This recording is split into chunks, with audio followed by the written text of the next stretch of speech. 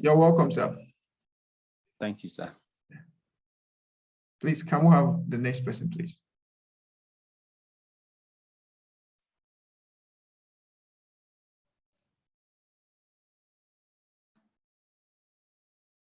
Please, can we quickly introduce ourselves so that we can go into the class?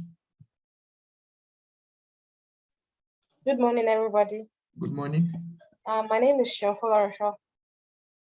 I work with First Bank head office. You're welcome. Please, next person. Let's make it fast.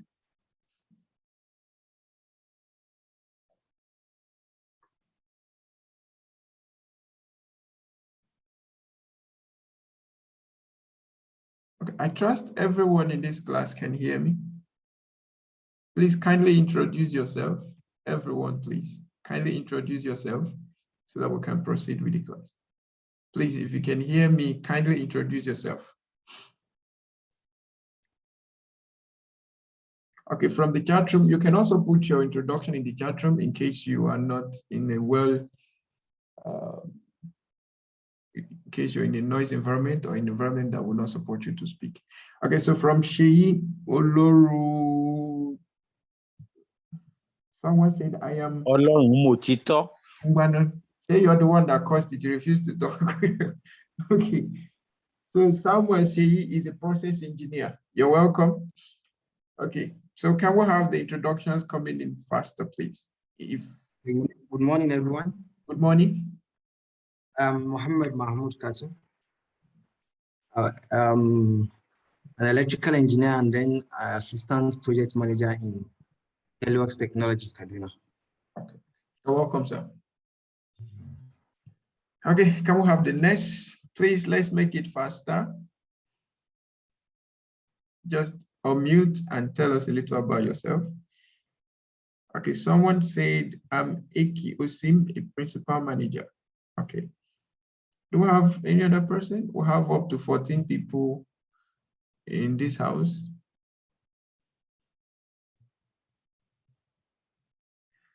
Okay, we also have some of our faculty members here. Please, if a faculty member, kindly introduce yourself. Faculty members, please.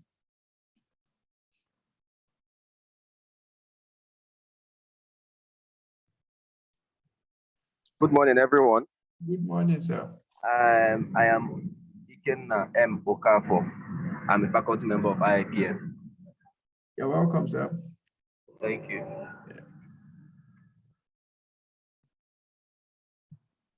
Please, any other faculty member present, kindly introduce yourself.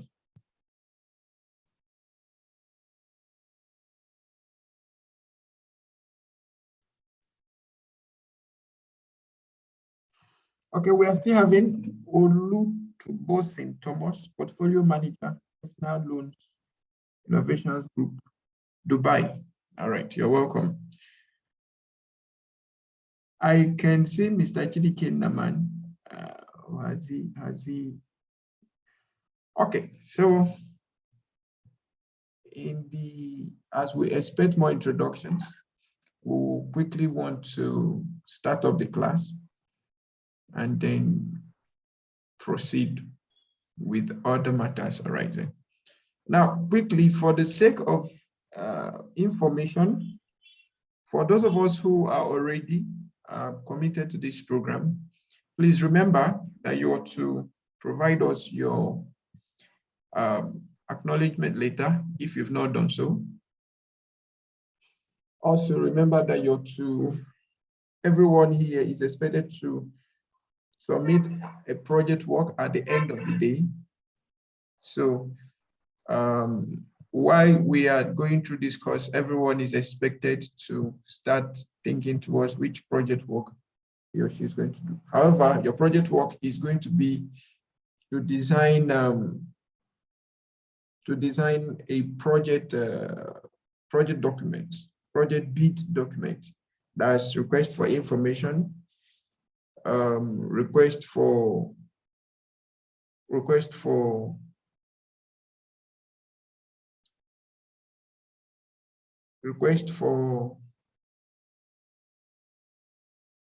quote, and then request for the technical bit, which is the proposal. So by the end of this section, everyone is expected, not really this section, by the end of this class, everyone is expected to submit these things to us. Soft copy, please, not hard copy, soft copy. And then also, your examination comes up immediately after your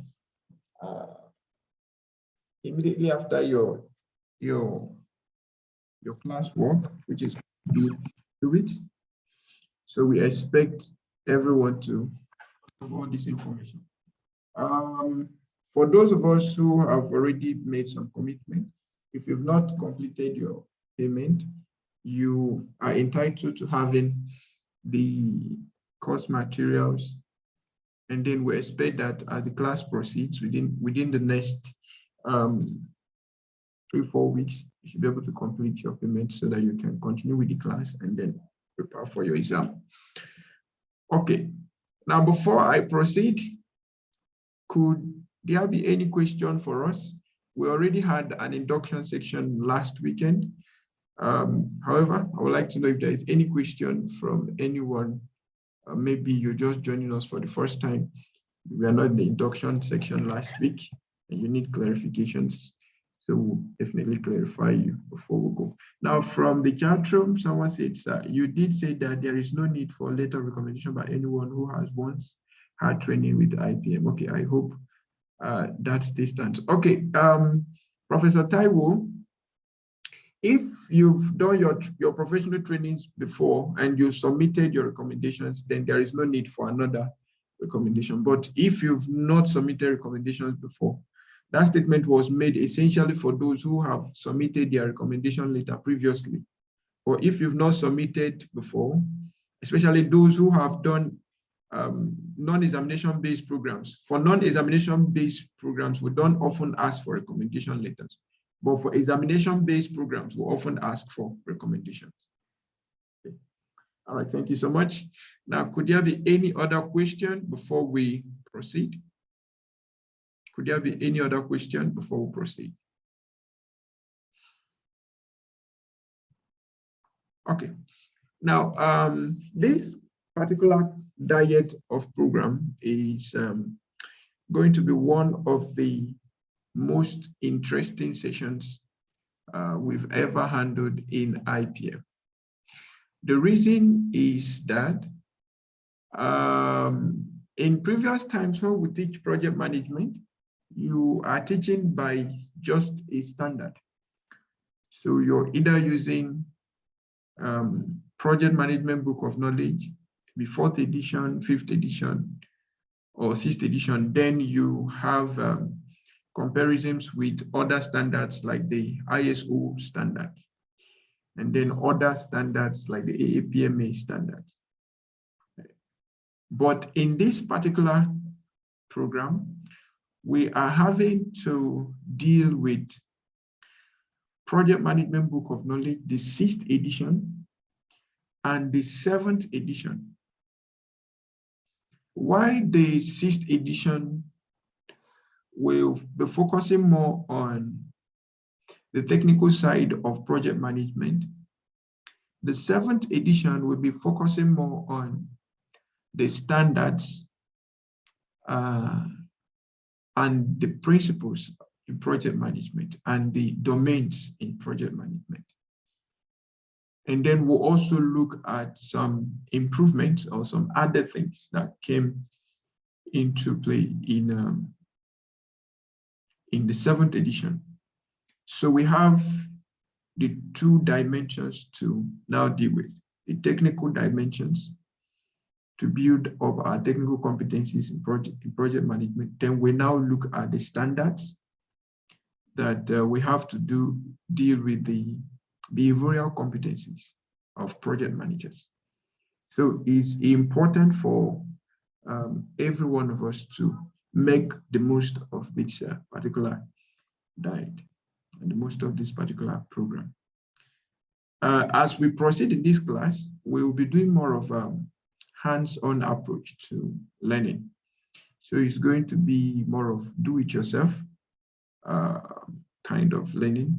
We only provide you with the knowledge and then provide you with templates, and then you design your project the way you have understood by the skills that will be taught to you. And then another important thing also is that we have been grouped into different groups. So we have group assignments, and we also have individual assignments. Irrespective of the fact that we are running the program online, it's important to establish that everyone should still be fully involved in this program. All right, everyone should still be fully involved in the program. All right, okay. Now,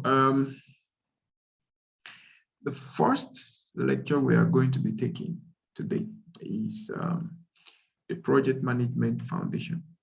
The Project Management Foundation. And in the Project Management Foundation, we, just like as the name is, we are trying to create basic information, basic knowledge of what project management is all about. You will learn everything that pertains to the basic knowledge to project management.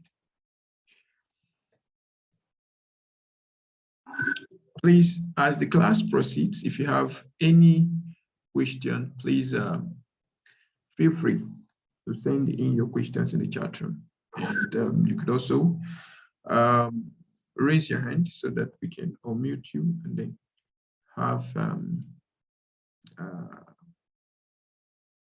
the questions. Now, on the screen, you see a question there, very simple question. It said, how many words can be formed from the word project? How many words? Can we use the chat room? Just send in the number of words you think you can generate from the word project. You have 1 minute and your time starts now. So how many words do you think? Someone is saying 7? Okay. So just tell us the words. Give us the words.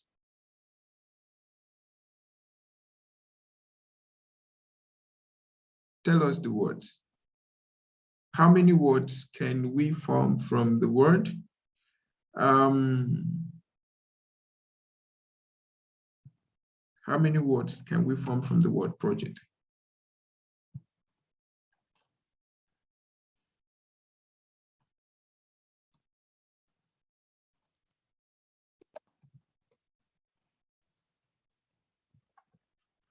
Okay, so if there's anyone having any issue with the link or with joining, just kindly click on the link and then fill up the information, and then you will automatically be directed to this class. Okay, I'm waiting. So someone said protection. No. How many words can be formed? Not that, I'm not talking of similitude of the word project. Like someone said protection, projector, projecting, projected. No. I'm not saying how many words we can make additionally. No, I'm saying from the word project, if we decide to create words out of it. For instance, you see crop, which is inside the project, you see tool, you see rod, you see cut, you see jot, you see whatever. Now, how many words can we form? Just as much as you can talk about. Let's see who will win this contest. How many words are inside the word project?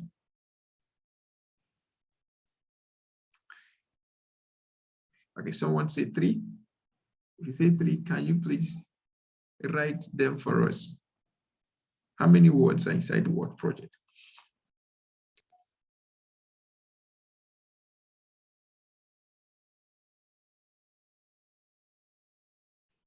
Okay, still waiting. Someone say or, to, project. Okay, thank you. Okay.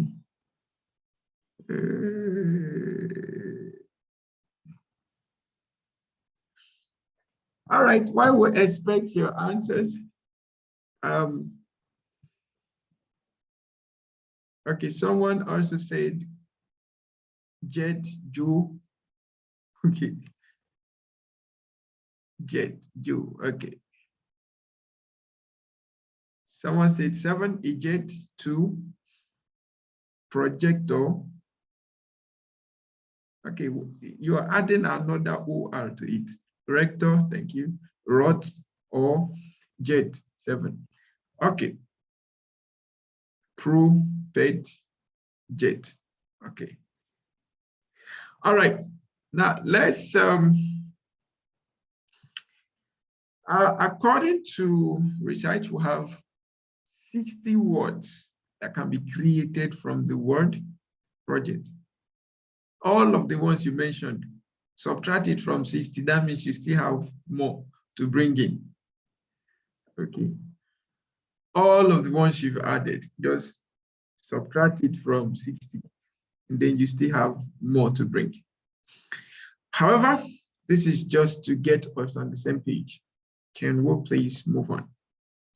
Now, the section objectives for this particular section, by the end of this section, participants will be able to define basic terms in project management, then explain the practical approach to the management of projects, and then summarize the management processes required to manage a project successfully from start to finish.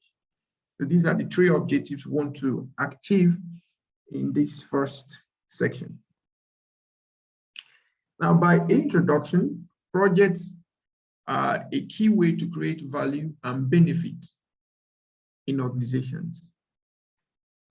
We shared an assignment, a discussion assignment in the Google Classroom, where we asked if projects were really important or not. And then we also asked of the key management skills or the key skills required of a project manager.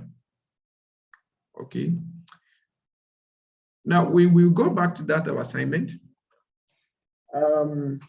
Just make the introduction, and then we'll go back to that assignment and then review the things we once said there. Now, in today's business environment, organizational leaders need to be able to manage with tighter budgets, shorter timelines, scarcity of resources, and rapidly changing technology. Now, in a sentence, what this means, the number 2 point there is that everybody within an organization need to have project management skills, need to learn to projectize on tasks, projectize on activities. And why this is so is because there is high level of change, there is high level of competitiveness, high level of change towards consumer behavior, high level of change towards market characteristics, high level of change towards product development, and all of those things. High level of change within the economic environment. So change is just everywhere. So for us to be able to manage all of these things, project managers need, or we in the career world or in organizations need to learn to improve our project management skills. Over and over again, we've said that project management is not necessarily about getting the best job. It's not necessarily about getting the best promotion. It's actually about having the best performance within the workplace, bringing your skills, bringing your innovation, bringing your creativity to play within the work environment as to create added value, on products and services that are being delivered. As far as the market that your company serves gets continually satisfied, then you are on the path of becoming one of the market dominants, one of the players that will soon dominate the market. And one thing we need to understand is that customer satisfaction is primarily a function of value created and delivered in the most effective and efficient way. Value created and delivered in the most effective and efficient way. And what this simple process means, or what this simple statement means, is project management, effective project management. And I would like to also say that you could actually be practicing project management, but not in the effective way, right? Because let me give you an instance. Basically, every organization apply management functions. But why is it that not all of us are having the same results? The challenge is that those processes could be done without being effective, And when it comes to project management, effectiveness and efficiency, they are key in creating, capturing and delivering value, and also monitoring the effect of value delivered to customers. That's talking about customer experience. So you see, project management is actually from before the product is created or before the value is created, all through the time that the value is created, through the time that the value is delivered, and then post-delivery of the project value or project deliverable. So it is a complete value chain on it. Project management is completely embedded, completely integrated in the full value chain, okay, that customers have to pass through, or producers or companies have to pass through to generate value for customers, right?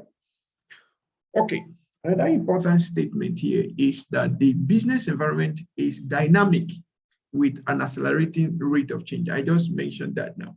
There is change, political changes, economic changes.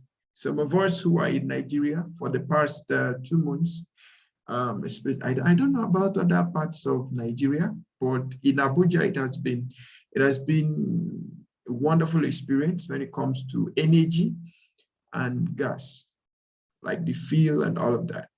Is getting to a month that I've not been able to use my car very well, because for you to get fuel in Abuja now, any day you decide to get fuel, just know that that day you're possibly not going to go to work.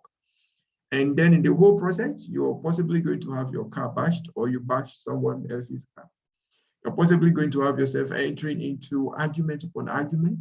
And then at the end of the day, you're possibly going to have yourself compromising on certain things.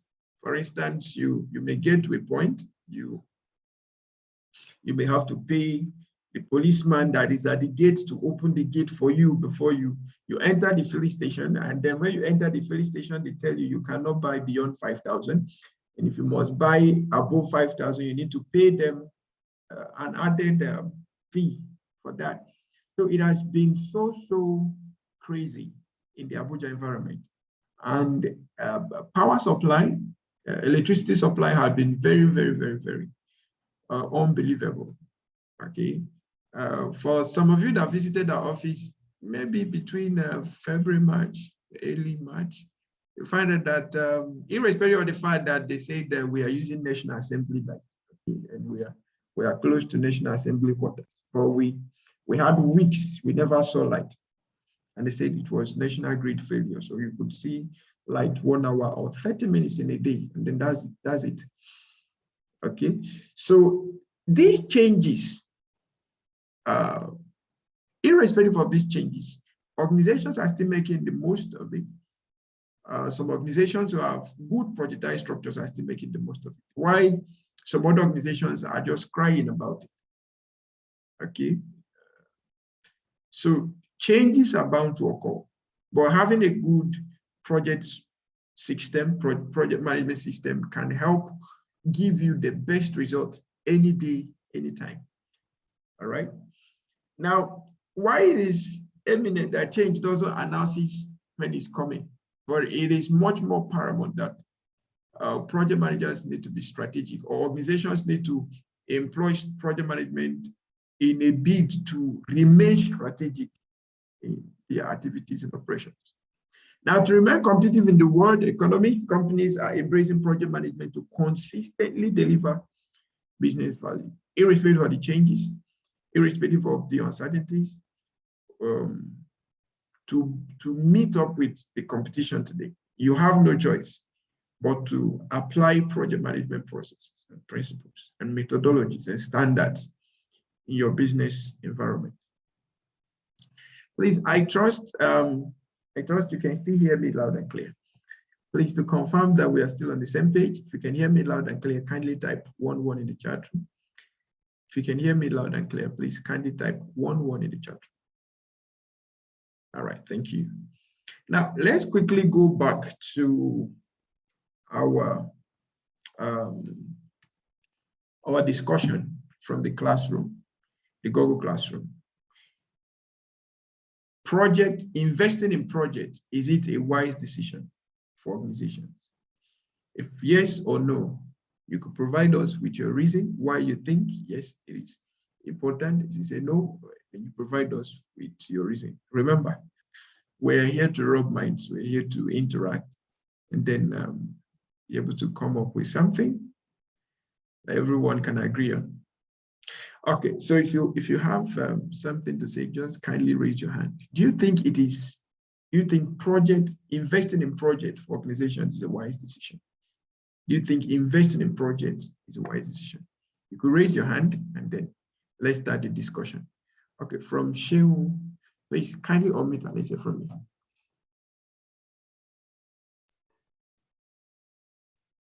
Shehu, your mic is open, go ahead.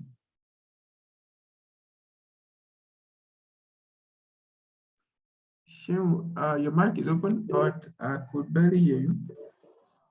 Okay, can I be heard now? All right, please go ahead. Okay, so for project management, I will cite the example of where I work presently. I work in a bank and we have various products that we roll out for customers. And at times you realize that at the point where you're designing that particular product, you didn't put some things into perspective, you didn't think ahead. And as years roll by, you might see reasons for you to kind of upgrade that product. So that will now bring in projects, because before we can do anything first bank, we turn virtually everything into projects for you to create more value to that particular product. Maybe you need to remove some features that now are dated. So to me personally, I feel it's good for companies to invest in projects. Okay, thank you so much. All right, can we have more? For those of us in the classroom, what's your thought? Just bring down your thought back to this place so that we can all hear you together. Do you think it is wise for companies to invest in projects? Okay, please, Mrs. Eki, kindly unmute and let's hear from you. Good morning, everyone. Good morning, ma. Okay, I think it's, I said yes and no, depending on the type of project the company is investing in. Does it align with the company's laid out vision and purpose? And then companies should invest in projects based on calculated risks. After completing the feasibility study on that project, they can decide whether it or not, and especially, as you mentioned earlier, in the changing world, it's dynamic and constant change. So based on that, a company will make a calculated decision to invest or not. And the most important thing is that for a business to exist in the first place, it needs to take a risk. It needs to invest in projects, because with that project, that's what makes the bottom line, either for a private company or a public company, creating more profit for your shareholders. So that's what my opinion is on companies investing in projects or not. Thank you. Thank you so much. So if I should summarize what you've just said, the baseline is that yes, companies should invest in projects, but more importantly, the projects they are investing in should align with the company objectives and perhaps the benefits they want to achieve by the end of it. All right, thank you so much. Okay, please, Mohammed, please kindly unmute and go ahead. Thank you very much. You're welcome. My answer is yes, and this is my reason. For the first, in first case, there is no how a company can grow without investing. So for the purpose of growing, introducing new products and services, there is need for a company to invest. But the investment now depends on the type of project they're embarking upon. So for growing, for expanding, and even for innovation, it is wise for companies to invest. Thank you. Okay, thank you so much, sir. Do we have the last contributor before we move on? Do we have any other person who would like to contribute? Just one more contribution. Should companies invest in projects or not? Okay, please go ahead, sir. Professor Taiwo. Thank you, sir. I align myself with earlier speakers. Ideally, without a project, the organization cannot advance. So by way of advancement, there's need to continue to introduce and reintroduce projects. Okay. However, it should be synchronized with the vision and mission of the organization. Okay. And through project, the organization is more visible to people around. And even through project too, the employees are more skilled and relevant because it's hands-on project that will keep the employees updated. So that's my view. It's important that organizations involved in project. Thank you. All right, thank you so much. Thank you so much, everyone, for your wonderful contributions. So inevitably, projects are necessities for organizations to continue to grow. I love what Shehu said. She said in her organization, they turn everything to project. That means they are either a projectized organization or they are moving towards becoming a fully projectized organization. And I love what Mrs. Eki also said. She said, yes, organizations should invest in projects if it aligns with the business objectives, with the corporate objectives and goals. Just like Professor Taiwo also summarized. And then Mohammed talked about the expanding investment, bringing innovations to play, and all of that. So if you look at different organizations, you see that they are possibly having their own view towards implementation of project management within the organization. But there is something that we need to agree on, and that is every project that we must carry on must align with the business objectives of the organization. It must align with the goals, the vision, the objectives of the organization. Now, it could seem funny that sometimes we see organizations that run projects that seem contrary to what their products or assumed industry could be focusing on.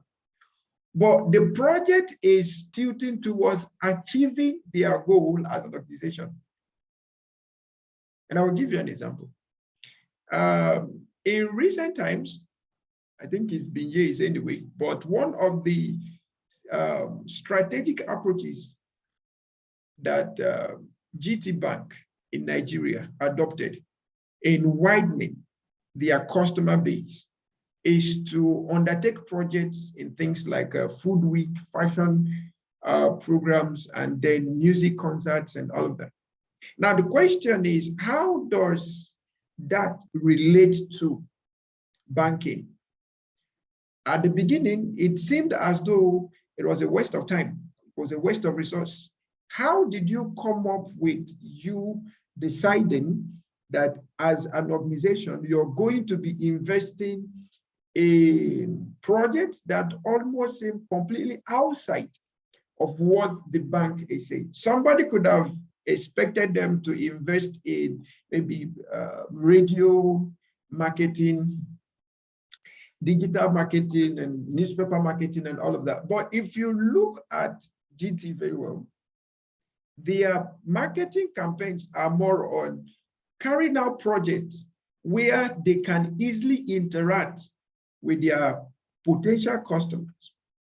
They are not more of those banks that run 2 pages every week on dailies or magazines and the likes.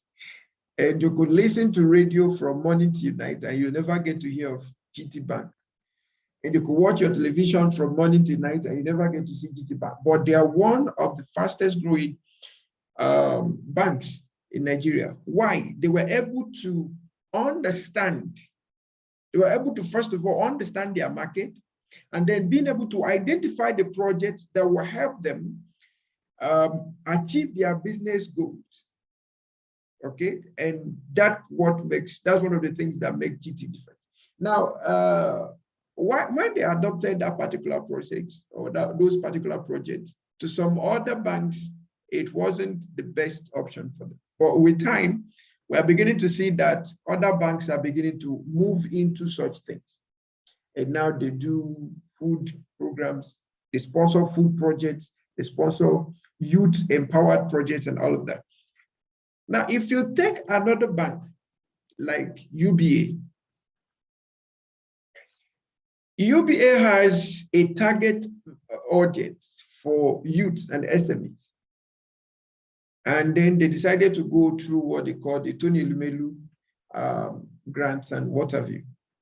Now, the project was one of its kind and is still one of its kinds in Africa. Now, from the economic point of view or from the social responsibility point of view, there is a value that comes with that project.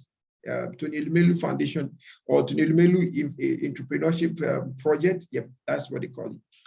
Now, there is a social value that comes with it that pulls other partners, pulls other people that want to partner with them on that project.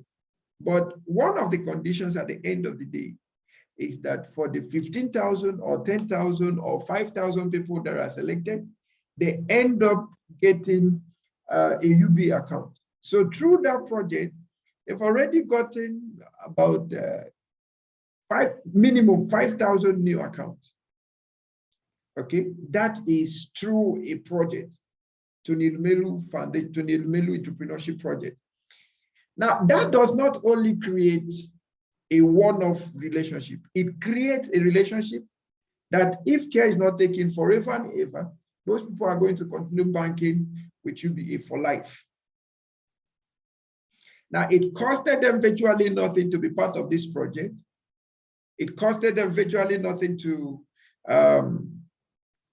pass through the project. But at the end of the day, it will have to cost them to maintain that account. It will have to cost them to maintain the relationships that UBA has created for them. Then you take another people like EcoBank. They have the den, like, is it what they call them now? Is it the Lion's Den or whatever? There is a project they do, the den, where people come and pitch, and then there is this equity investment that the investors give. Okay, now every organization is working innovatively, creatively to create projects that will, at the end of the day, help them to achieve their business objectives. That's just what organizations are having. The problem that most organizations are fighting with is that most organizations are bent on developing projects on maybe increasing features or functions of their product and all of that. Why most others are thinking different, they are removing the boss and coming up with creative projects that will keep them sustainably engaged, sustainably building the industry and in the economy at large. So we, as potential project managers, need to review the concepts of projects that are being carried out in organization. Is it for immediate value? Is it for intermediate value? Is it for sustainable value? Of course, with what we've said so far, some of the examples we've highlighted so far, it is obvious that one of the critical reasons why organizations engage in projects is to build strategic competitive advantages, to have sustainable advantages, not just sustainable for the purpose of competition, but sustainable for the purpose of dominating the market. Did you get what I just said now? It's not just sustainable for the purpose of competition, but sustainable for the purpose of dominating, consistently delivering value to the client. Now, with the little we've said, do I have any question? Is there any comment, recommendation? Please, if there's any, you could go ahead. If you have similar examples, or if you have examples you would like to share, perhaps where organizations undertook projects that look completely different from what they're doing, but at the end of the day, it was able to help them achieve their own business goals. If you have such examples, if you have general comments you want to pass around, please, you could raise your hand and then pass the, and then we'll proceed.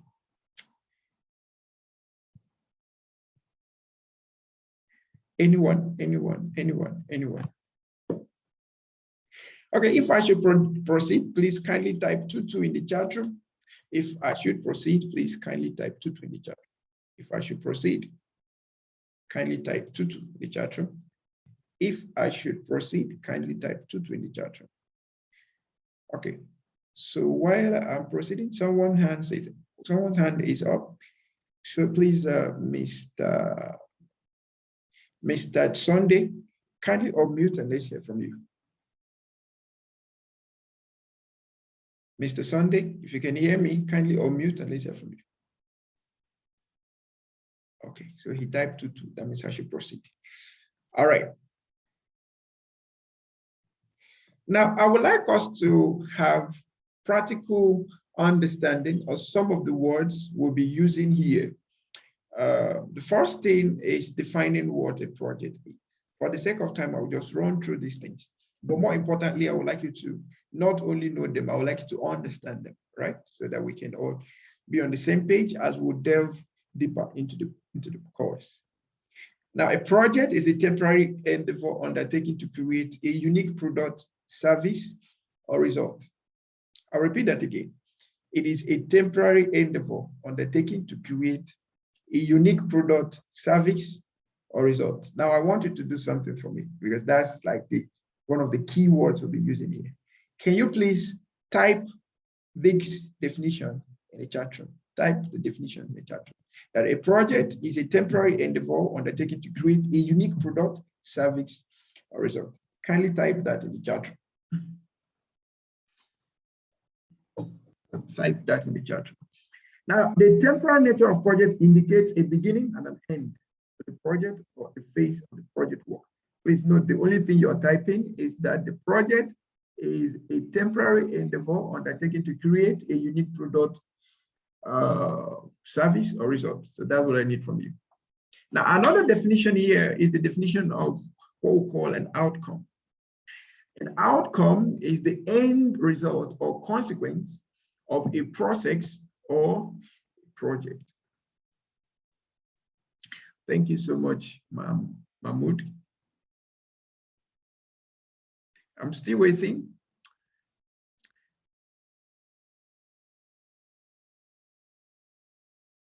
A project is a temporary endeavor undertaken to create a unique product, service, or result. Now, an outcome, like I said, is an end result or consequence of a process or a project. Outcomes can include outputs and artifacts, but have a broader intent by focusing on the benefits and value that the project was undertaking to deliver. Please, I would like to say here that there is a difference between outcome and output. There is a difference between outcome and output.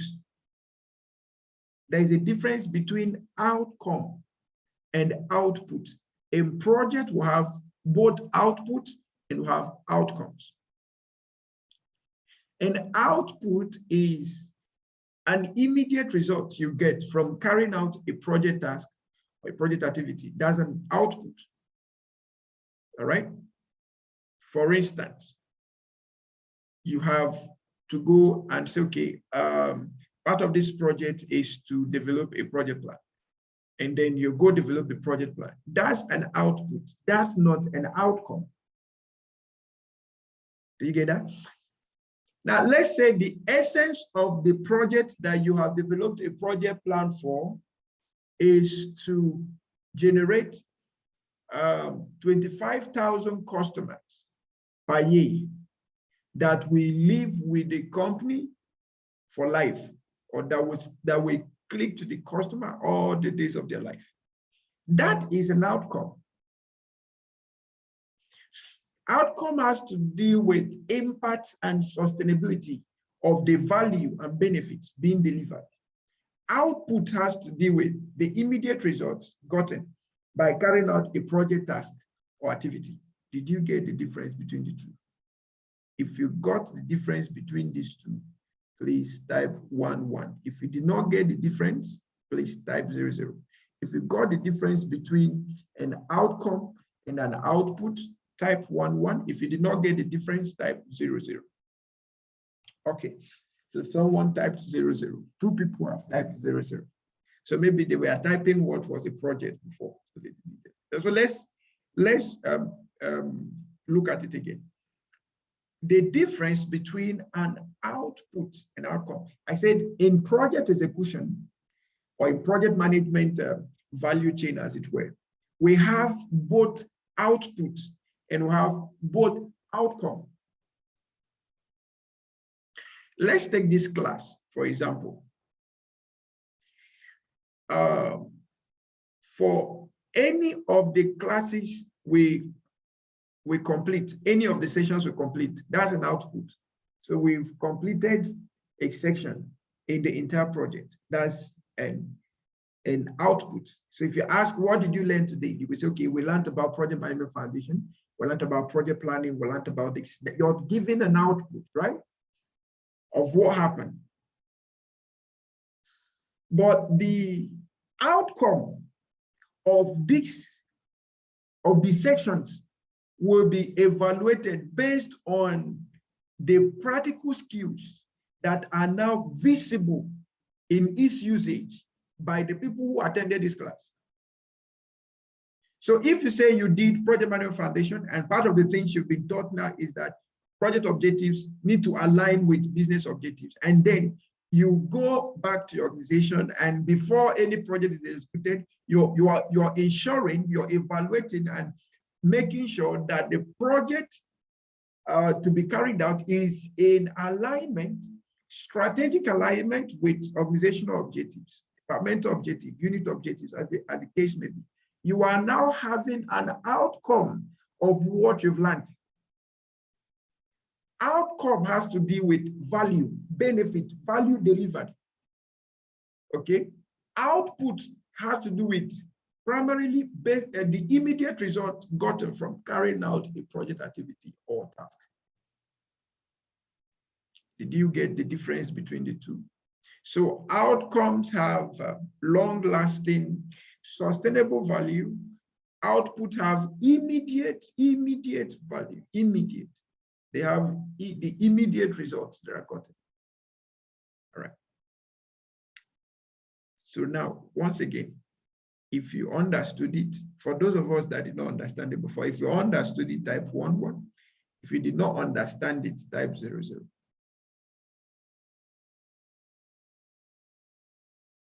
Okay, so thank you. In case you did not understand it. So Mahmoud is asking, said a project stamps, does output translate to deliverables or milestones? Okay, thank you so much.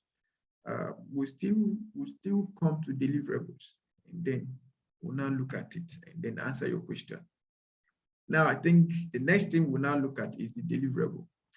A deliverable is a tangible, verifiable work or project product. It is a quantifiable outcome of the project which results in a partial or full achievement of the project objectives. I'm going to take some exceptions here and explain some things. When we talk about deliverables, deliverables are verifiable, tangible project product or verifiable outcomes from the project or verifiable outputs from projects, right? Those are deliverables. So deliverable could be output, deliverable could be outcome. Now, when the deliverable is an output, it simply means that is not the final expected value from that project. For instance, you are taking this course. By the time you are done with lecture 1, you have had already a deliverable one. You can cancel, you can go to your checklist and say, okay, we've done this. Yes, you'll have a deliverable, right? But we call that a minor deliverable because that's not the major deliverable we're looking at the end of the day.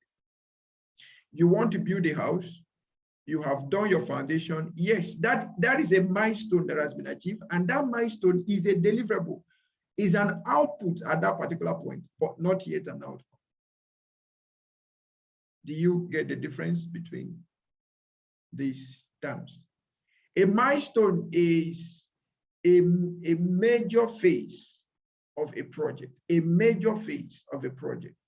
A milestone is a phase in a project that without it, the project will be considered incomplete or the project might not be able to. For instance, you want to build a house. There is no way you can build a house without building a foundation first. No matter how good or shabby the foundation must be or will be, there must be a foundation. And there is no way a foundation or perhaps a roof will stand without the block work. So if you look at them, they are milestones, they are major phases of the project. Okay, and these phases produce outputs in form of deliverables, verifiable deliverables. So when you go there, you say, okay, foundation is done. That's tangible, that's verifiable work, that's a project output, right? The block work is done, is verifiable. The roofing is done. At the end of the day, you have completed the house. So the project is said to be complete. It is at that point you now begin to evaluate the outcomes from the project. The value you expected from the project, from the house, are you now getting it? The security you wanted, do you have it? The comfort you wanted, do you have it? The durability you wanted, do you have it? The economy you needed within the house, do you have it? Those are now the verifiable outcomes from the project. The maintenance you wanted, the cost of maintenance you wanted, it low, the economy. Is it still what you're having or there are changes? At that point, you are now looking at outcomes of the project, no longer the output. You already have an output, which is the house, but you are now beginning to measure the value of the output that the project gave to you. All right? Okay. Does anyone have any question in this regard? Maybe outcome, deliverable. So generally, the key word there is deliverable. Now, a deliverable could be an output, a deliverable could be an outcome. All right. Okay, let's proceed. Examples of deliverables are feasibility studies, terms of reference, a detailed design, or a working prototype. These are examples of deliverables.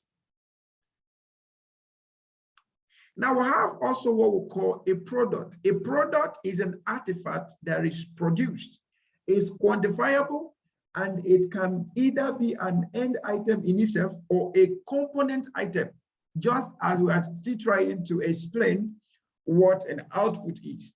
So it can be an output from a phase or from a project milestone, or it could be the end product of the project itself, like the complete project product, right? So if you're taking, let's assume you're taking, developing,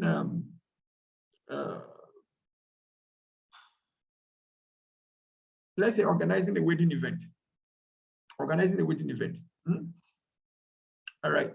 Now, the event plan is a product, right? But at the end of the day, it's not the output. It's not the ultimate output that we want. But that event plan becomes an input for the execution of the project. What we want at the end of the day is a successful wedding. If we're able to have a successful wedding, we say we've had a complete service, right? A total service or total product, right? But that event plan is an expected output. Now, if we go for procurement of the wedding items, the food, the DJ, the hall, and all of those things, each of those things on their own, they are outputs, right? They are products, level-based products, or phase-based products, or task-based products, but they are not on themselves the complete product. So it requires the event plan or the project management plan to be able to deliver all of this. All right, to deliver all of these components together and then give you the total product. All right. Then we have what we call portfolio. Portfolios are projects, programs, subsidiary portfolios, and operations managed as a group to achieve strategic objectives. Please, I would like you to get this in mind. Portfolios are a combination of projects, programs, subsidiary portfolios, and operations managed as a group to achieve strategic objectives. Most often, these projects could be interdependent or independent. They could be interrelated or non-related. But whether they are interdependent or non-interdependent, whether they are interrelated or non-interrelated, the assignment at the end of the day is that they are moving towards achieving the strategic objectives for which the portfolio is designed. And I will give you an example. When you take a bank, like perhaps, maybe, which bank will I use? Which bank has different components? As a company, they have different things that they do. Which of the banks can we use? Maybe the ones that do insurance, they do brokerage, they do, if care is not taken, they are doing telecommunication. Of course, virtually every bank in Nigeria now is doing telemarketing. Okay. Okay, so they are all digital marketers. Okay. Okay, so someone said GTB. So what are the things, what are the different aspects of GT? Someone says Stanbic. What are the different aspects? What are the different businesses that GT going to? So we know that they have banking, right? So which other thing do they do? They do insurance. Okay. So which other thing? They do pension. All right. Which other thing do they do? Okay. So someone say pension, another one say insurance, another one say, of course, they do banking itself. That's the financial services itself. Okay. Do they do things like stock broking and all those registries, stock registries and all of that, investment house and all of that? Now, if you look at maybe GT, for instance, insurance is another aspect completely. Pension is another one completely. Banking itself is another one completely. Then obviously, there is no way they will not be involved in all these telemarketing activities. They must be in partnership with someone or one of these companies for either recharging your line, buying airtime and all of that. So somehow they are still part of the value chain in telecommunication. Now, by the time you see that and begin to look at the projects that could have been done independently, or the program that could have been done independently, but they are now running it as an organization, it forms portfolio. It forms portfolio. It forms portfolio. Take Dangote, for instance. Dangote in Nigeria, Dangote does cement. Dangote is going into oil and gas. Dangote is going into automobile, car productions. Dangote is going into food. Dangote is into food. Now, if you look at each of these different industries, they are all independent on themselves. But someone, an organization, is sitting down to bring all of these things together so that there will be much benefits provided for the organization and for the market. All right.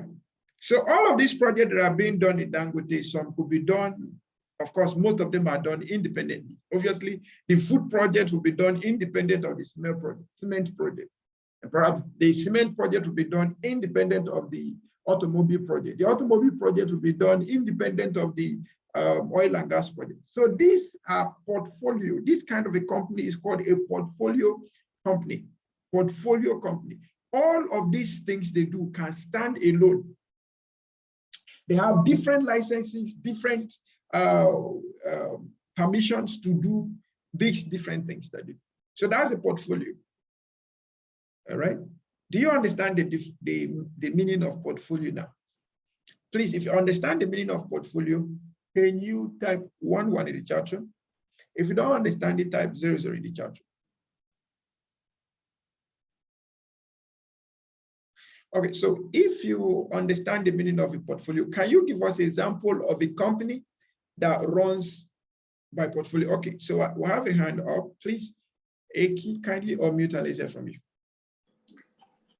Yes, I wanted to just go back to when we started that projects should align with company objectives and goals. That's right. When you have a portfolio now, just like you've just explained with Dangote going into food, cement, oil and gas. Now, I'm not too familiar with his vision and purpose, but if I don't, that portfolio now, how does that align now with that company's goal and objectives? Because it seems completely, all the portfolios they're going into is completely diversified, as in oil and gas. How does that relate to food? How does that relate to cement? Can you answer that for me, please? Thank you. Okay, thank you so much. Thank you so much for thinking in that light. That's when you have a class like this that people are thinking, it helps your explanations and help your facilitation move faster. Okay. Now, first of all, we need to understand what strategic objectives mean. Strategic objectives are simply goals designed to have future effects. Goals, strategies designed to have future effects. Objectives designed to have future effects. And if you look at Dangote, one of his core objectives is to make Africa an independent continent. One of his strategic objectives is to make Africa an independent continent. So we don't need to go importing things we can produce. If you listen to the last meeting they had, when this oil and gas thing started, they had a meeting and he was one of the stakeholders that spoke. He said, I cannot categorically remember the number he gave for the amount of oil they want to produce. But he said if they are able to, or by the time they launch into full-scale operation, that Nigeria will never have need of importing oil. And then not only that Nigeria will not have need of importing oil, that they will be having about 2.8 billion, is it 2.8 billion or $2.8 billion generated monthly as revenue generated to the country by the other countries they will be exporting to.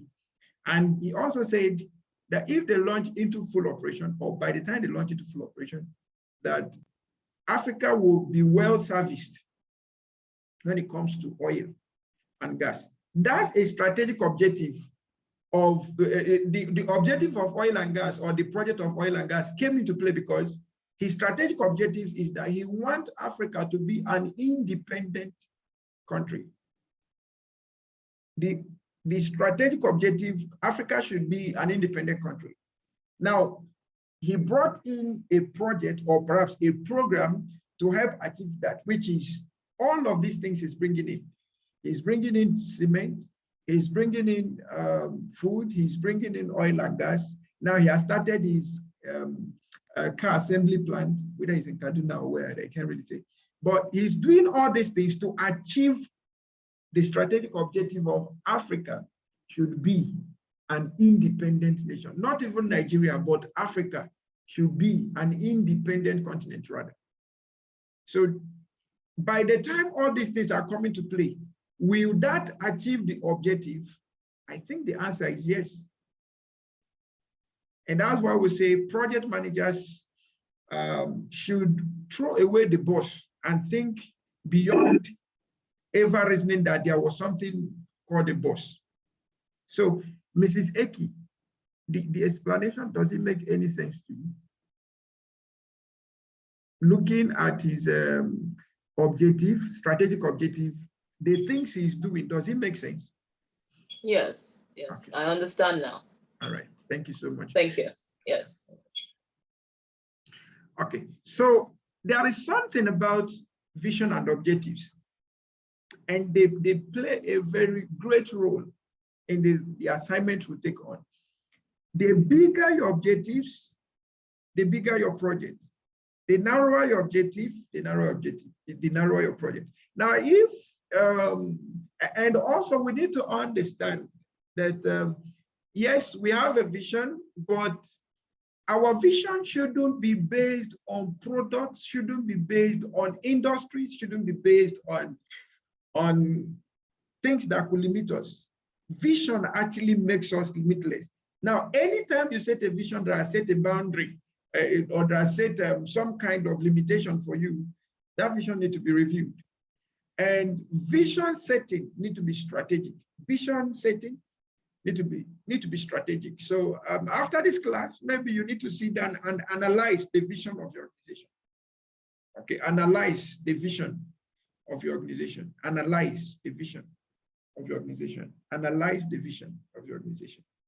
Okay, one thing with vision is, the more we grow as organizations, the more we review our vision, and then the more we come up with wants or come up with visions that will help us get more fitted into what we want to achieve. Okay, all right, thank you so much. Do I have any other questions? Let me go to the chat room and see what the people tell me there. Someone say, from Shei said, Jotna group of companies. Okay, I don't really know what the Jotna does. So can you tell us something they do? Someone said BUA. Okay, so BUA is another wonderful example. Okay, BUA is another wonderful example. I don't know what the Jotna groups do. So maybe if you help us, we'll be able to understand whether they are portfolio organizations. Now let's quickly move ahead. If you have questions, please feel free to call my attention to it. Now, we'll have program. What is a program? Programs are related projects, subsidiary programs, and program activities that are managed in a coordinated manner to obtain benefits not available from managing them individually. Related projects, subsidiary programs, and program activities that are managed in a coordinated manner to obtain benefits not available from managing those related projects, subsidiary programs, and program activities individually. And that's why we say in the definition of a portfolio, we said portfolio, group of programs, group of projects, sub-portfolios, and all of that. So if you look at a program, why, okay, maybe I will ask that question later. Now, one key word here for program is that the project has to be related. The projects that you're carrying out within a program, they have to be related. They have to be related. Meanwhile, the one you're carrying out in a portfolio doesn't really need to be related. They can be independent. All right. But for a program, those projects, those sub-programs, those program activities, they have to be interrelated and they have to be interdependent. The purpose is that at the end of the day, we should be able to achieve a common goal. We should be able to achieve a common goal. Now, if you carry out these projects within these programs independently, well, they could stand on their own. But for the fact that there is a collective benefit that we want to achieve by incorporating that project and other projects together, that project standing alone, that individual benefit or that collective benefit won't be gotten by that individual project standing alone. And I'll give you an example. Let's take, for instance, we want to build a market or a general hospital. All right, whether hospital or a general hospital or a market. Now, when you go to a standard modern market, you have your stores, you have your power system, you have your water system, you have your waste system, you have your administrative system, you have your security system, and several other systems. Now, if these systems were to be done individually with a benefit attached to them for the purpose of being independent, yes, they could have been done. But let's assume you went to the market and built only the stores, no security, no administration, no light, no energy system or power system, no water and all of that in a modern market. That market will never be considered as complete. There is no waste system, waste management system in it. It can never be considered as being complete. We can only say this project is they only built store, but they said they will build this. They even said they will put solar energy for a solar system, but they didn't put it. We now say they've embezzled the money, right? So if these projects were to stand alone in the market, we will consider them incomplete, irrespective of the fact that as an individual project, it might have been completed, but we still consider them incomplete. For instance, you went to a place you're supposed to build a market, and then you went there, you drilled a borehole and secured the perimeter, no stores, nobody coming in, nobody going out.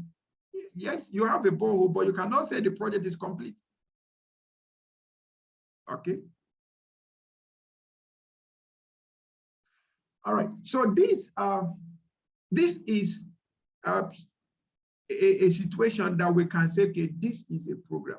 They must all be managed in a most coordinated way to deliver collective benefit, okay, or benefit that all of them coming together will be able to deliver rather than doing it individually. And another example, a good example of a program is one we do virtually every now and then. Okay, maybe your birthday, your wedding, your church program, your mosque program or whatever. When you go there, you are given an order of program. Each of those order of program can actually stand alone if there was no collective need of those projects or sub programs coming together. If you go to your house, you can actually sing alone, and nobody will ever tell you that after singing, you should pray. Nobody will ever tell you that, because you chose that, oh, the project of today or the program of today is that I want to do singing on dancing.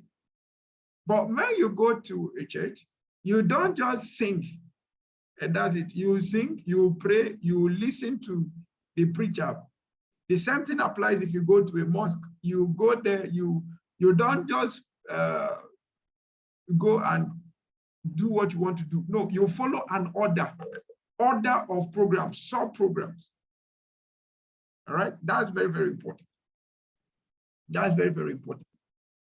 All right, okay. Does anyone have any question for me on programs? Someone is asking a question. He said, when should diversification strategy be applied in an organization? Okay, so just be patient. You will get to project management strategies. Then we can talk about diversification strategy, right? Thank you. Okay, if you understood the meaning of program, please type 11. If you don't understand it, please type 00.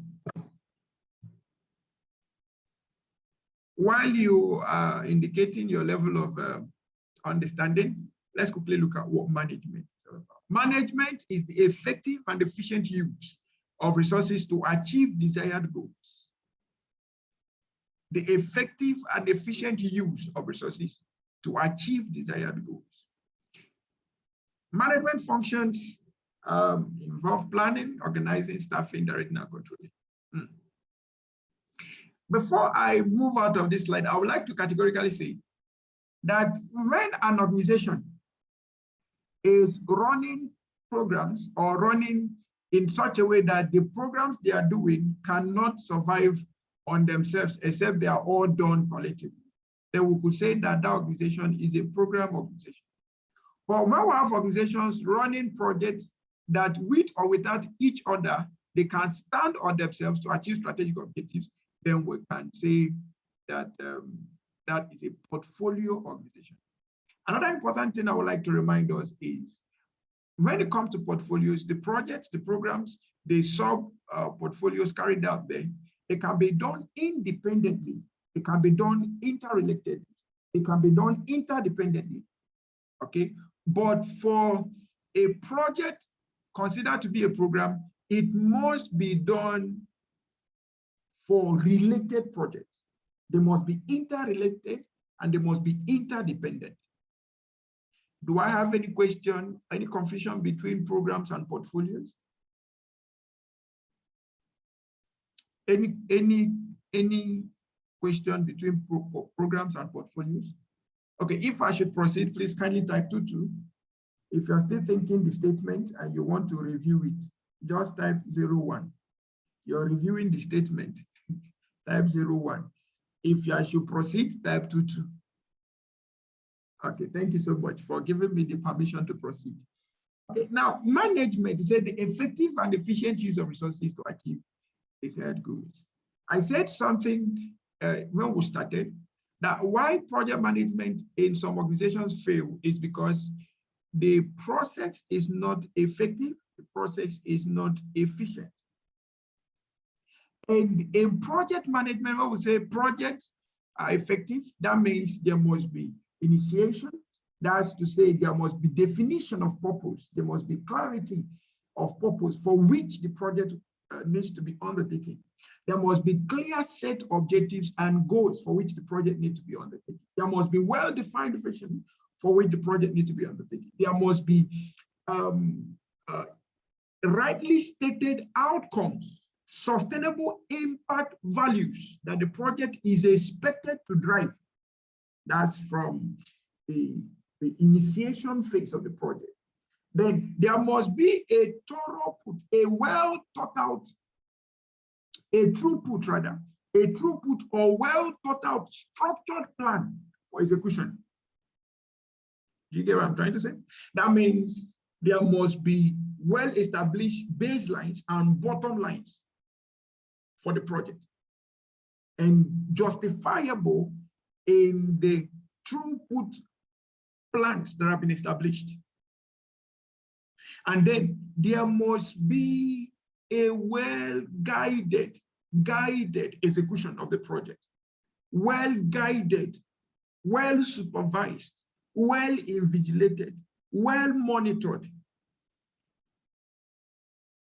execution of the project, so as to deliver to both the baselines and the bottom lines of the project, which at the end of the day will be able to deliver to the objectives, to the expected outcomes, to the expected deliverables and values of the project. And then after the project is closed, having met all the requirements stated from the beginning, we can say that process is effective. For instance, if someone had intention, the definition of the project is that we want to fry 500 balls of akara. And that is what we have decided to do. And at the end of the day, we ended up with 500 wraps of moi moi. That project is not effective. That project is not efficient. Was there initiation? Yes. Was there planning? Yes. Was there execution? Yes. Could there have been monitoring and control? Yes, to a point. Was the project closed? Yes. But was the objective achieved? Was the goal achieved? The answer is no. So whenever the goal, whenever the objective of a project set not to be achieved, we consider that as, we consider the process that led to it to be ineffective and inefficient. Do you understand where I'm going to? Now, I will want to remind us something, because when we come to talk about project management, most of us are always, our ears are open, our tentacles are high, because why? We want to go to the office and then improve on our performance. But I want to remind you something. Organizations are just empty without individuals. So when you're taking project management course, I think the most primary thing is to find out within you how this can be applied first to improving your own personal performances, your own personal productivity, before it will begin to rub off on the organization. So where am I going to? In the adoption and application of management principles, it should start from a personal basis first. The reason why most people's life tend to be wasted, tend to be irrelevant, tend to be not complete, is because they never paid attention to the place of management in their lives. Someone goes to the office, collects 30,000 in a month, and at the end of the day, he still has a family to feed, and he feeds them. He still has to take transport from there. Sometimes he may end up having some savings. That is someone that has a management sense. Now, an Okada man, a bus driver, goes out and comes back with maybe 3,000 naira daily. If you multiply that 3,000 naira by 20 days, that's like 60,000. But he will still come to the person with 30,000 and say, please, can you help me? My children are this, my family is that, and all of that. The difference between the two is just application and adoption of management principles. With management, with effective and efficient use of resources around you, everything you have will be enough per time. But when there is no management, especially on the personal domain, that's application on personal life, everything you have can never be complete or can never be enough. I was reading a small book the other day, about 2 days ago. And from that book, I came up with something. I said to myself, I don't have a problem, and I cannot create one for myself. I am contented with what God has already blessed me with. That was what I wrote. I posted it on my Facebook. Now, when you are practicing good management principles, you don't need to go and create problem for yourself. There are people that go and buy clothes. They wear borrowed clothes. That is one.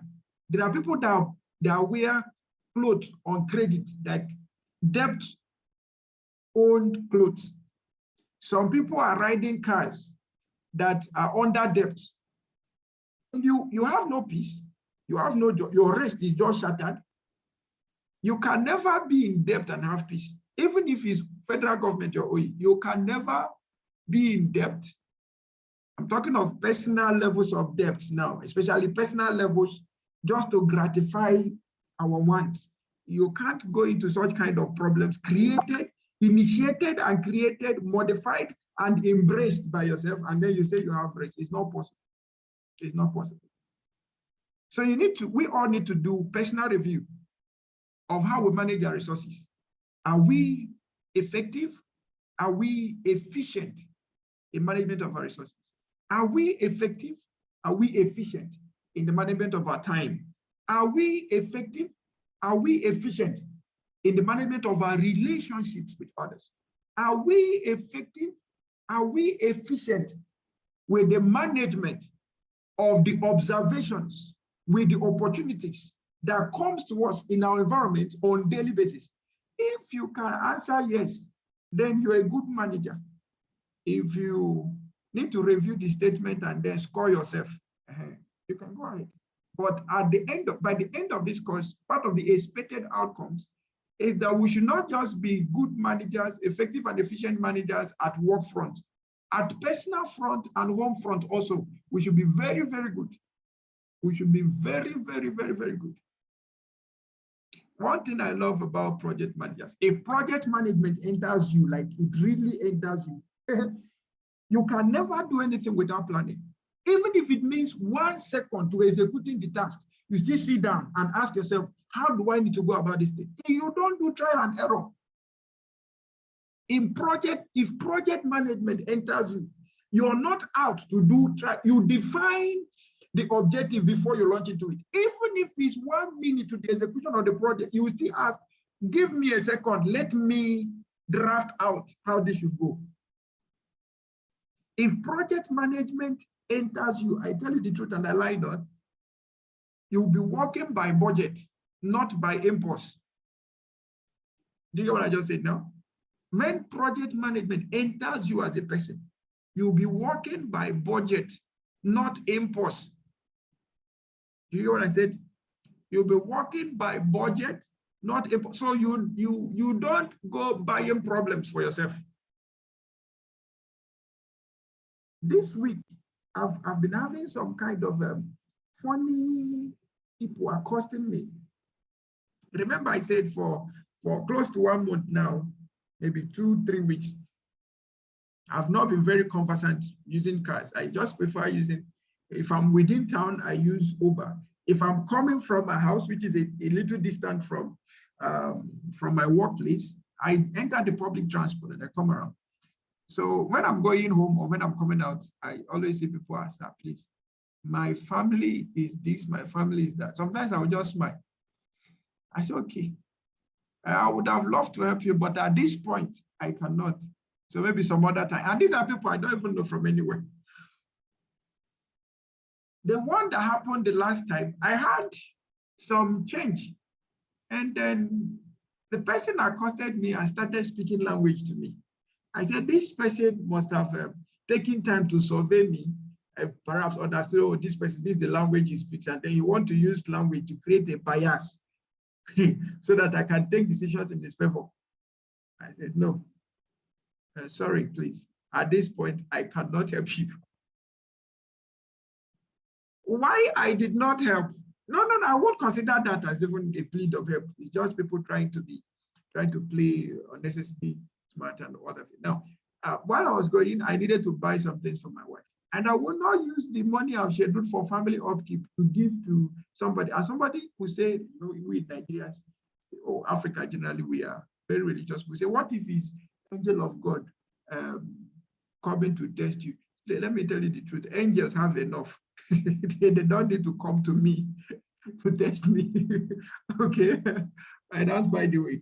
All of the things I've said there, by the way. But the most important thing is for us to understand for us to be open to the adoption and application of management principles, practices, and processes, first in our lives, second in our families, third in our relationships, and then we move the workplace and then to the state and the national phase. All right, some of us are very, very good with managing other people's resources, but our own resources is problem. We can't manage it. Why? Right? Okay, now management functions, like I said, you cannot really, this thing called management cannot really enter you without you planning. It cannot enter you without you organizing yourself, organizing your activities, organizing the things you need to do over time. It can't enter you without managing the relationships that are around you in the place of staffing or team.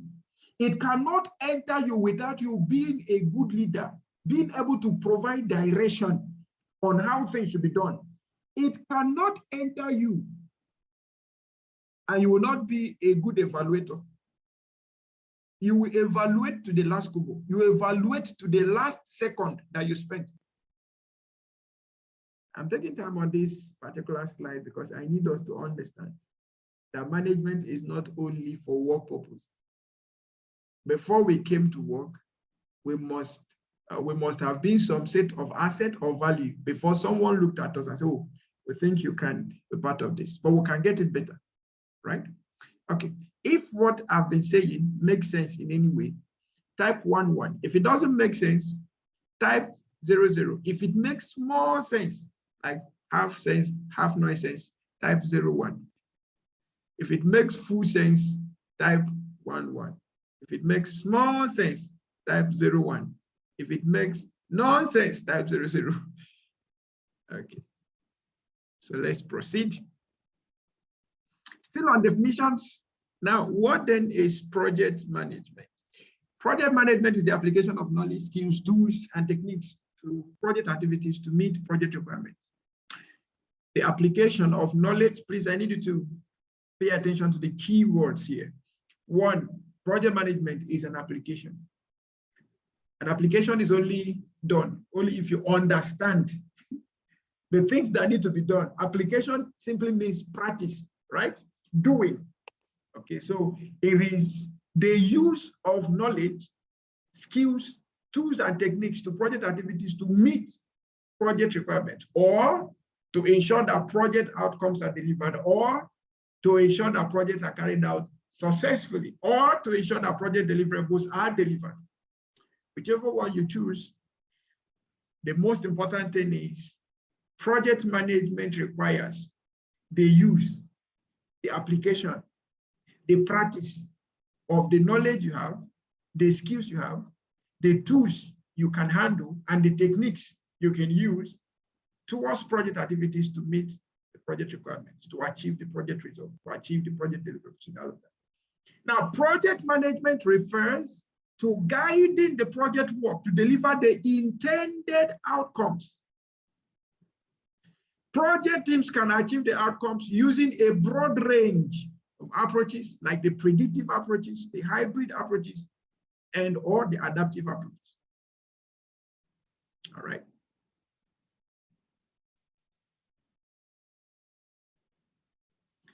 Still on definition, who then is a project manager? The person assigned by the performing organization to lead the project team that is responsible for achieving project objectives. Please note, from the definition here, you already know the roles of the project manager. Number 1, he's an assigned person.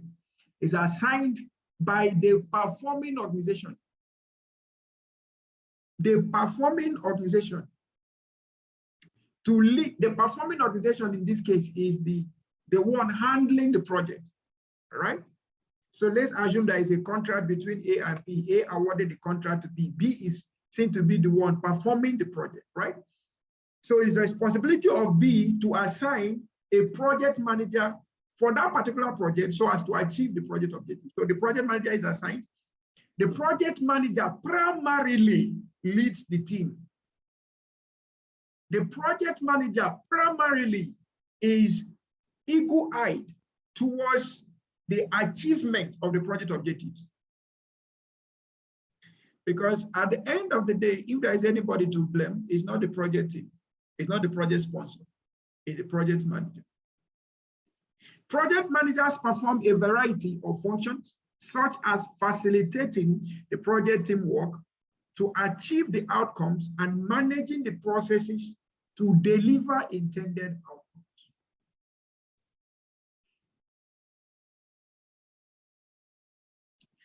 Now, quickly, what is a project team? The project team is a set of individuals performing the work of the project to achieve its objectives. They will have skills. Remember, I said a project or project management is the application of skills, knowledge, tools, and techniques to meet up with project requirements. So let's look at what skills are and tools and processes. Now, skills, a set of specialist knowledge experience required to reduce project risk and increase its success. A set of specialist knowledge and experience required to reduce project risks and increase its success. Tools, items used to improve the chance of a project succeeding. Tools are used as a means to achieving a result. Processes, series of actions bringing about a result. It includes various management processes and techniques. By the time we go deep into this course, we'll be combining these different languages together. It will be combining these different processes together.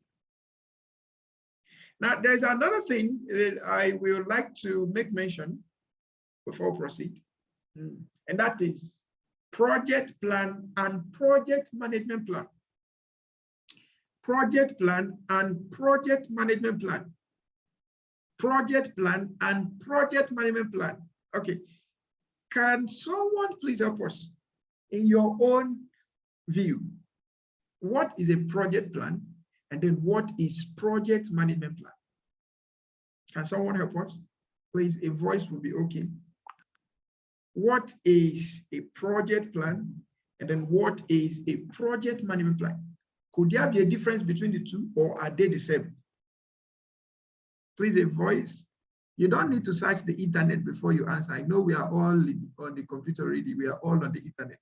But please just answer based on what you perceive to be the answer.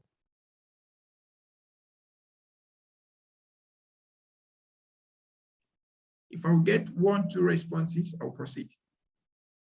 Okay, please, Eki, kindly unmute and let's hear from you.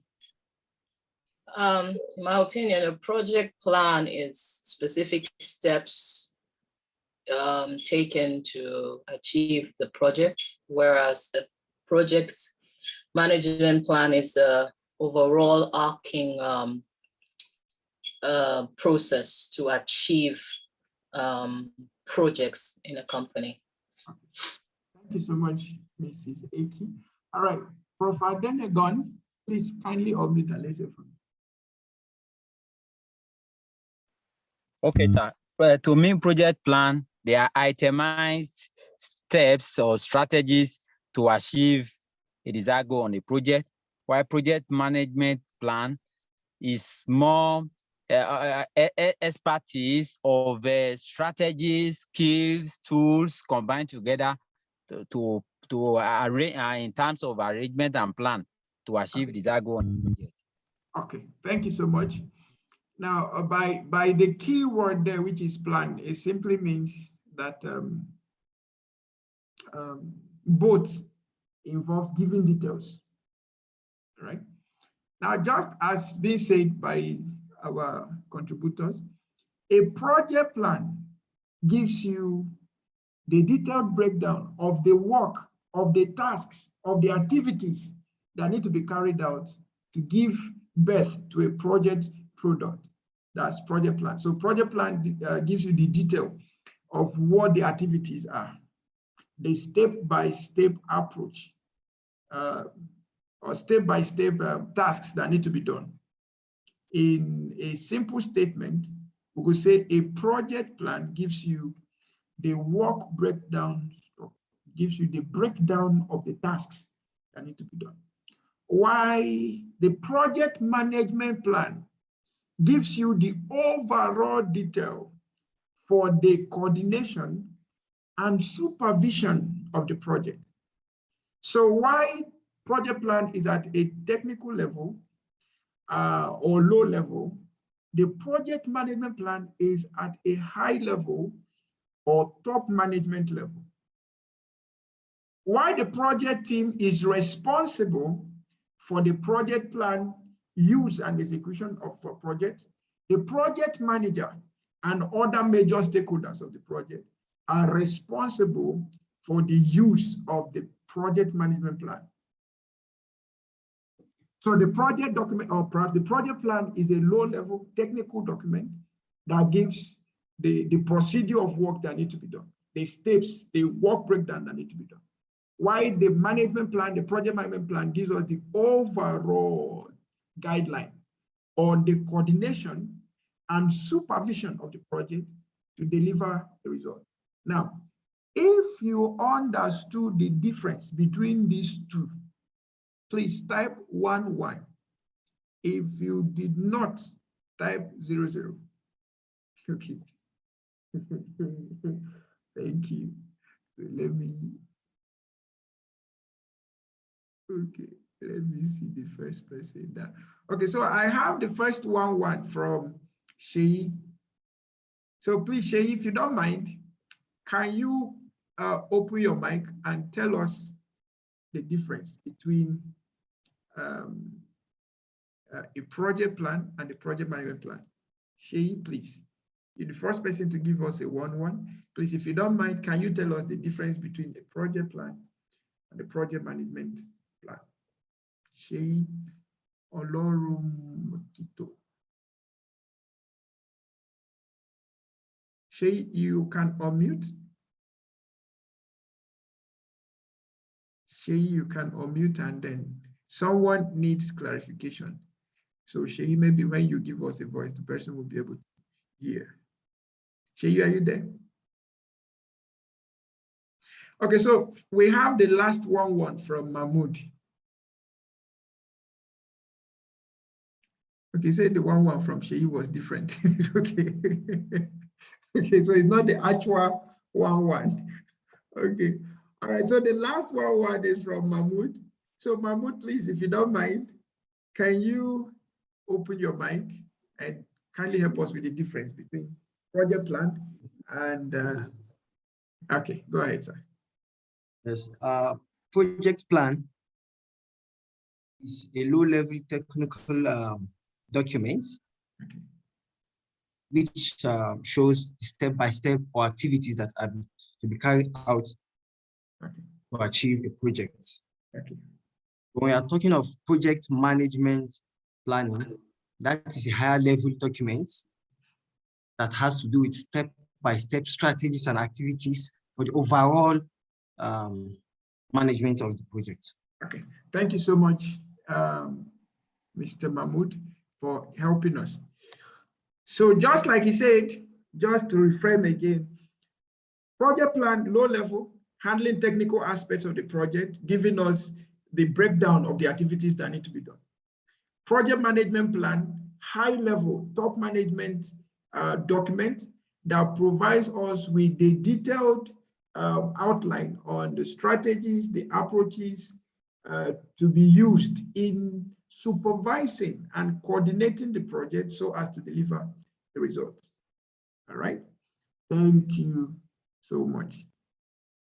Please, if I should proceed, kindly type 2-2 in the chat room. If you have questions, you can type. You can just lift your voice and ask.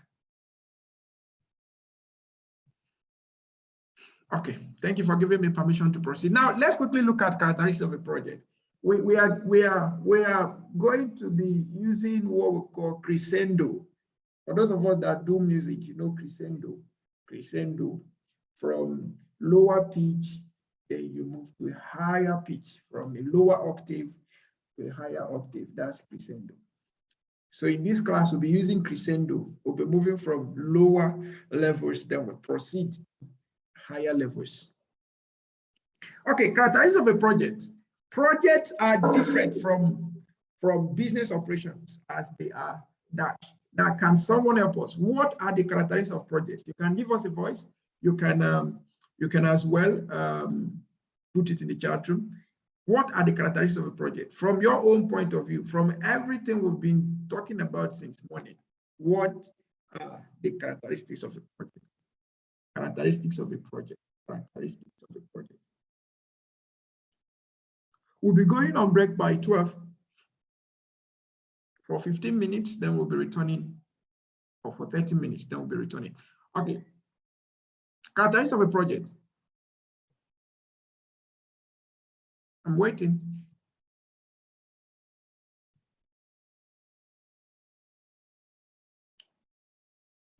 Okay, so someone said projects are time bound. Thank you so much for that. Projects are time bound. Remember, no answer is true or false. Just give us your perception. Give us what you think.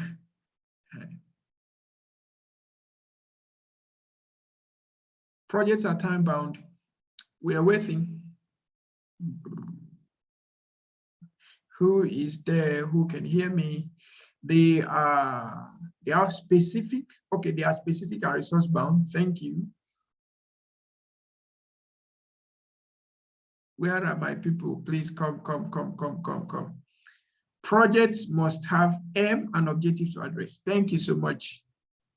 Mahmoud, activities involved are organized. Okay, projects have organized activities. Projects have deliverables and outcomes. Thank you. Projects must have budget. Thank you.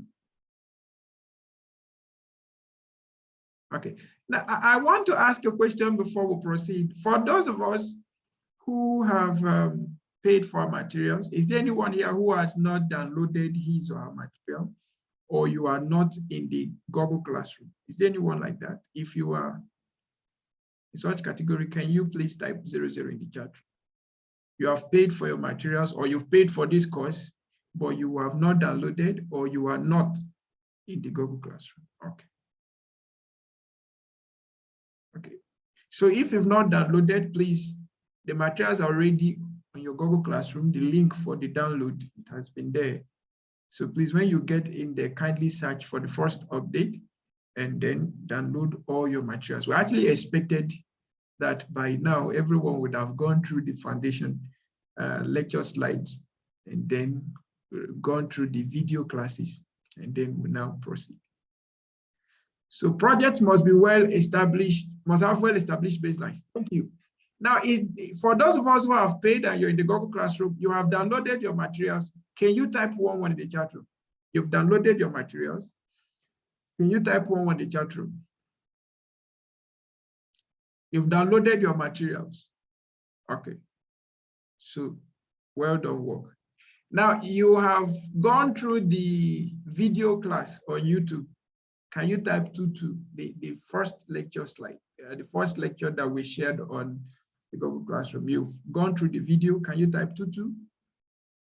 Okay, so Shemu has gone through that. Who else has gone through that? Okay, it's only Shemu that went through that. Oh yeah. So please, let's kindly go through those video lectures. It will help, because more of what I'm going to be doing here is just discussion and interactions, just to bring more light to all of those materials that have already been shared in the Google Classroom. And if you made payment, if you have not been in the Google Classroom, that's possibly because you made payment and you did not send your proof of payment to us. So please, if you made any payment, kindly send your proof of payment to finance@iipmi.org, stating the cost you're paying for, and then you'll be attended to almost immediately. All right. Okay. From all we've said, projects are, let's quickly now look at what we have here. Projects are temporary, unique, and progressive and elaborate. Temporary is in this essence that they have start and finish dates. Unique in the sense that they are trying to produce something that had not been there before. They are trying to bring about a change that has not been there before. Progressive in the sense that is a detailed approach. You have step-by-step approach. From low, you start going up, right? That's progressive. Elaborate in the sense that the processes, the plans, the operations, the activities are detailed. They are detailed. They are clear enough. The objectives, the goals, the vision, they are all detailed. That's elaborate. Now, another thing is, as someone said, projects have budgets, but in this case, approved budget. Someone also said they have limited resources or they are resource bound. Now, every project has an element of risk. I think Mrs. Eki said in the morning that businesses exist first because they decided to take risks, right? And the same vein, projects are introduced to handle those risks. So projects on themselves have elements of risks, all right?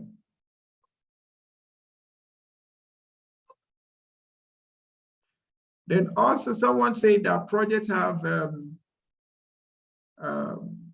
defined, or projects are time bound. That means they have defined time scale, all right? Then importantly, every project, someone said it must have well-defined outcome, right? So there must be some defined change, some defined beneficial changes, so defined beneficial outcomes to be seen by the project, all right? Okay, so these are some of the characteristics of project. Now quickly, let's look at projects and operations. Projects and operations. What's a project and then what's an operation? We've already defined a project as a temporary endeavor undertaking to produce unique deliverables to create value. Okay. Now, in terms of operations, what is an operation? An operation is the continuous, repetitive, day-to-day activities carried out to keep a business moving, to sustain a business. The day-to-day, continuous, repetitive activities being carried out to keep a business moving, to sustain a business. That's operations. Now, most often we confuse operations with projects, but they are not the same.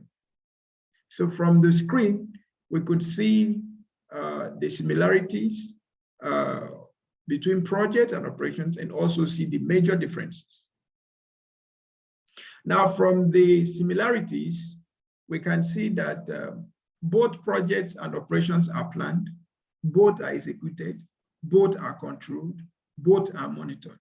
We can as well go as much as saying that both are resourced, both are time-bound, both have element of risk, both are carried out by people.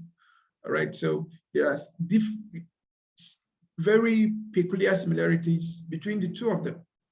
But when we now come to differences, it helps us to know which one can be considered as an operation and then which one can be considered as a project. Project, for once, they are temporary endeavors. That means they have defined start time and finish time. When we get to the level 2 of this course, we'll be doing project computational analysis. We'll be using the Microsoft Project Professional, and then we will try to add some other project analytical tools like Power BI and Excel. And maybe if time permits us, we may use things like Tableau, and then look at some machine learning that can help us. The Oracle technologies that can be used in projects. We'll understand that better. when we get, as we proceed to the higher levels. So when you are designing a project using IT tools, obviously you have to, by the time you're printing your report, it gives you a start time, expected start time and expected finish time, and gives you a complete report on project budget, project performance record, expected performance record, gives you your baseline, gives you your bottom line, gives you your expected cost differences, your net present value, future value, and all of that. It gives you all of that based on how you are able to manage the application per time. So for temporary endeavor, by the time you use a software to design your project, you have your defined start time and finish time. But for operations, they are ongoing routine. Like I said, they are continuous, they are repetitive. In most cases, they are daily. Another thing is that projects are new original work, but for operations, they are repeated work. For projects, they are unique outputs. For operations, they are repetitive outputs. For projects, they are terminated once the objectives are met. For operations, they adopt new objectives once the old ones are achieved, or once the set ones are achieved. Okay, so with this, we can justify when a group of activities are considered as projects or operations. Do I have any question on this slide? If you have a question, if you have a contribution, please go ahead.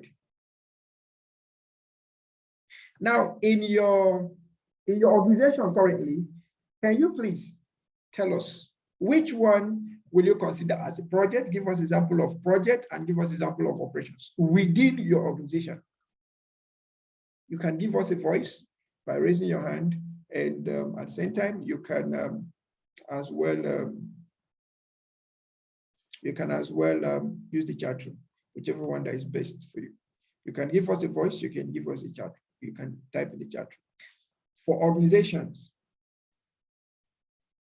for your organization rather, give us example of operation, give us example of a project currently in your organization.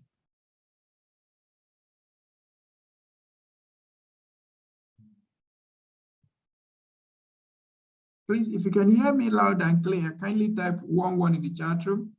If you can hear me loud and clear, kindly type 11 in the chat room. Okay, so since you can hear me, then can we then have an example? In your organization, give us example of an operation, give us example of a project. Okay, from Share, we said card issuance is an example of operation, while revamp of the card issuance platform is a project. Thank you so much. Okay, Professor Taiwo said admission. So admission, is it an operation or is it a project? Eki said operation staff auditing, a project. Shop, a project. Shop protection. Sorry, Eki, maybe you need to repost that so that we can get it right. Okay, so Professor Taiwo said admission is an operation. Examination is an operation or a project, or both are operations. Mahmoud said project, automation of payroll management and payslip generation. So it's a project. Okay. From Abang, he said data entry is an operation. The project is HIV prevention. Okay, so HIV prevention project, and part of the operations there is the data entry. Someone said gas to liquid. Is it a project or operations? Okay, project. Okay, so in our own organizations, we have operations. We've been able to identify operations and be able to identify. But for Professor Taiwo, I will review your examples. He said admission is an operation. Examination also is an operation. So please, how many people will agree with me or will agree with Prof that admission is operation and examination is operation. How many people will agree or disagree? Okay, from Eki again said, for operation staff audit exercise. For operation, okay, staff audit exercise, while project is shore protection in Niger Delta communities. Okay. So I'm coming back to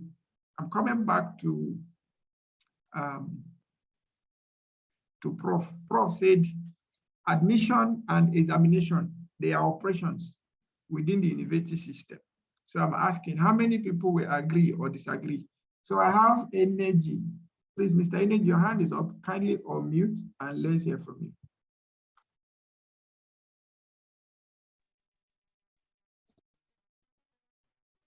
Go ahead, please.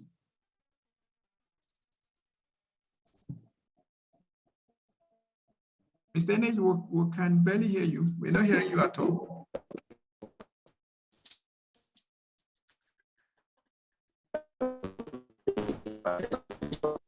Okay, so Mr. Energy, please, we will humbly request that you take your network.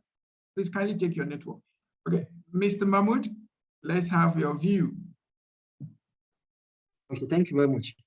For the examination, I consider it to be an operation if it is the routine examination, especially being done in schools. Okay. Or in a situation where it's a special exam that is organized for a specific purpose, probably which has not been the routine examination, it may become a project. Okay. Then at the same time is. What of admission? For admission, I think I consider that to be an operation too, because it's routine and ongoing. Okay, thank you so much, sir. Appreciate it. Okay, thank you. We already have two views, although we didn't hear Mr. Eneji very well. But when we look at operations, or when we look at admissions, when you look at the characteristics of a project, one, admission is temporary, although it is done several times within the life cycle of the school. But admission is done at a specified start and finish time. That's one. Admission brings in new people completely to the university. That's two. Admission brings new projects like matriculation and all of that to the university. That's three. As soon as admission is done, admission for that particular year is terminated, you cannot do another admission that year.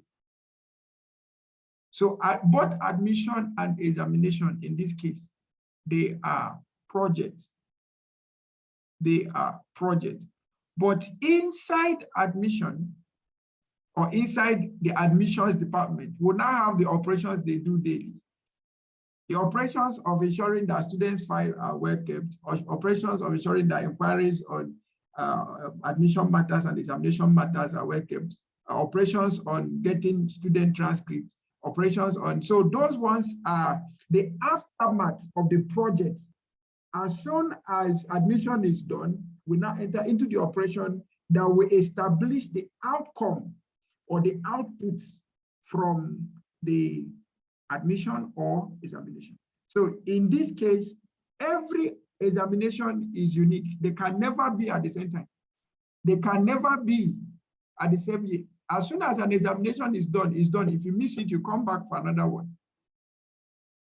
Okay, so both admission and examination, they are projects. But after the projects are being concluded, the people in those departments or in those units begin to carry out the operations to sustain the value for those people involved until another batch comes.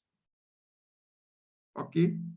If you consider also convocation on itself, yes, is a major project in an institution. Convocation is a major project in an institution.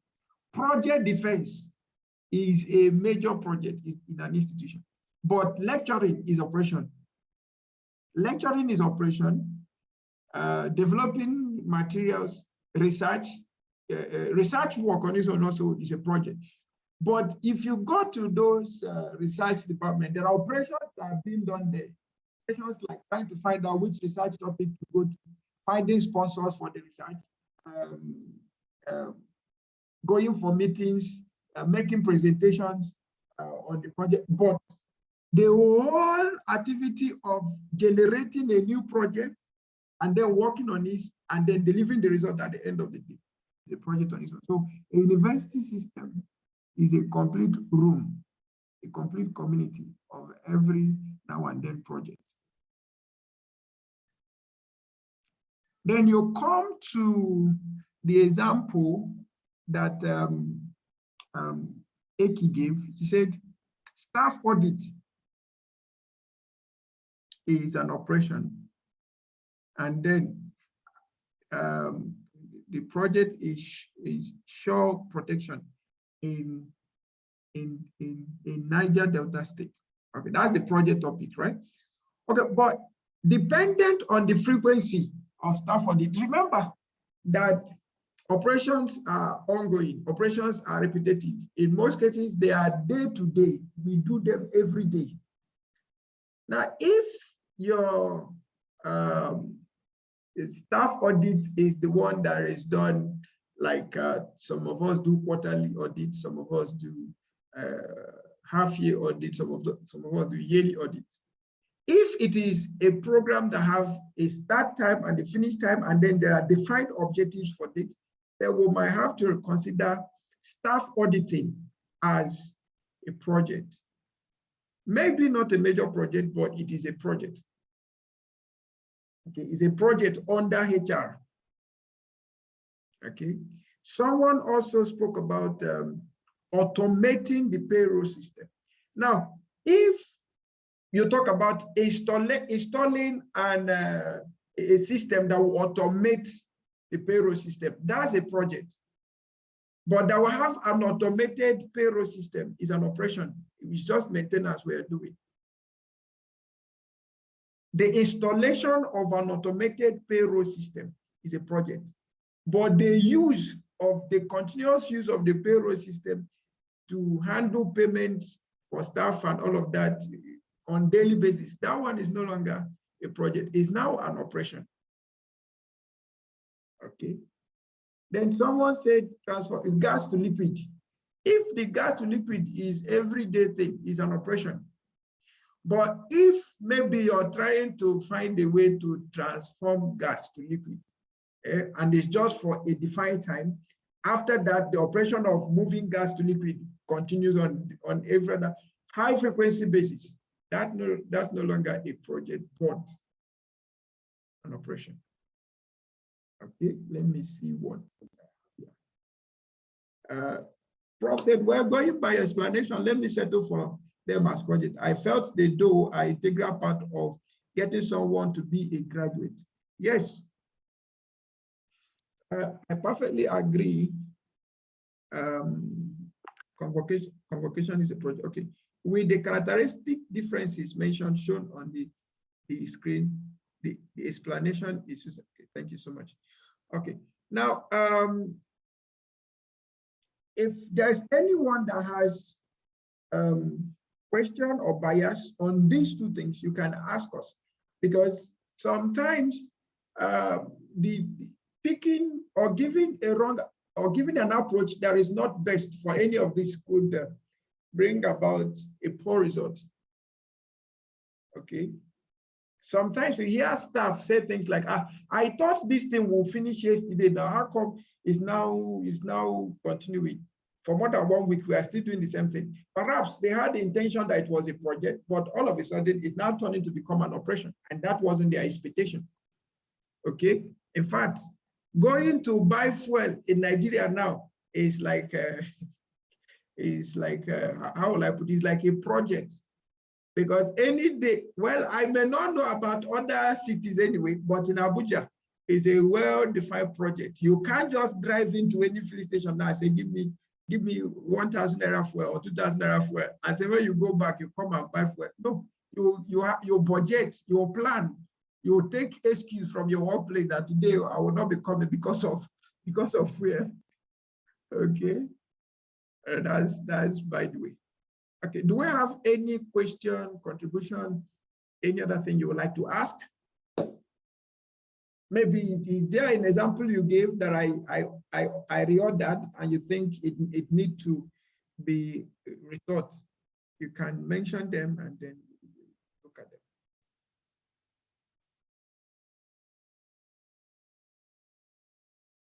Okay, so if I should proceed, kindly type 22. If you want to rethink it, please kindly type 00. I've taken 8 minutes of our time. So let me quickly round up so that we can go to break. And then when we come back, we will continue. Now, examples of projects, we've already given several examples from our workplaces, but these are some of the examples. Releasing a new music album, testing and installing a piece of equipment, developing a new training program, establishing a new youth center, an event, manufacturing a new product, installing a new computer system, research and development program, and so many more. Now, in project management overview, we've already established that project management is the application of skills, tools, and techniques or management processes required to undertake a project successfully. Now, project management is accomplished through the use of processes grouped as initiating, planning, executing, monitoring, and control, and then closing. So we have what we call the 5 process groups. In summary, this is what project management is all about. The application of skills, tools and techniques, and then management processes for the successful execution of a project. Further summarizing project management, we said it comprises of combining skills, and here we have a set of skills like specialist knowledge, experience, and then skills. Then a set of tools also, a suite of tools like planning softwares, modeling softwares, registers, checklists, review forms, appraisal lists, templates, and all of them. You have them here. And then you have a series of management processes like the time management processes, cost management processes, quality management processes, risk management processes, scope management processes, human resource management processes, procurement management processes, contract management processes, and several others. Strategy management processes, and several others. Now, in overview of the groups, we have 5 process groups. We have what we call the initiation process group. And under the initiation process group, we basically define the project and then develop the project charter and then commission the project manager to go in developing the project plan. So essentially, we have definitions clarified as the project charter, that's the initiation. Then we have the project planning where we have the scope and the budget developed, we have the work breakdown structure developed, we have the schedule developed, we have the Gantt charts. Gantt chart is just a tool we use in project planning. So when we get to the use of IT, we'll be able to use either we can use our Excel to develop Gantt charts, but that means we have to do it manually, or we can use Microsoft projects to develop Gantt charts, or we can use ClickUps to develop Gantt charts. Okay, then you have your communication plan, and then you have your risk management plan, and then every other plan goes in here. Your quality management plan, your stakeholder management plan, your acceptance management plan, finance plan, and all of that. It goes in on the planning phase. And then you have the third, which is the execution phase, or the implementation phase, or the launching phase. Here you have the status and tracking of the work that is being done. So you have what we call the work performance data, or the work performance report, okay, to tell us the level of work that is being done. Are we still meeting up with our deliverables? Are we still meeting up with our objectives? Are we still on par, or are there differences? Are we having deviations? Are we having variances? We get to know during the execution phase. So at the execution phase, we are checking out for the KPIs. For the key performance index, that's the major deliverables, the milestones that we've already set out. Are we really tracking them? Are we on point? with those milestones, those KPIs have already been indicated. The quality checklist, the quality matrices that we are developed during the planning phase, are we on point with the level of quality that we want to imbue into the project? The forecasts, the forecast generated, are we in line with forecasts of schedule, cost? Are we in line with forecast of resources? Are we in line with forecast of stakeholders, management, and expectations? Are we in line with performance forecast? Are we in line with budget forecast and all of that? We get to know that as the project is being launched and executed. Then we'll have the monitoring and control. The monitoring and control, or performance and control. In the monitoring and control, we are specifically checking to know if the objectives are being met. We are checking if the deliverables are of the quality expected. So we have to conduct the quality assurance and quality control processes to ensure that the project activities are delivering the right quality to the project deliverable. And then we'll also check for effort and cost tracking, trying to be sure that the KPIs are on par with the performance on ground.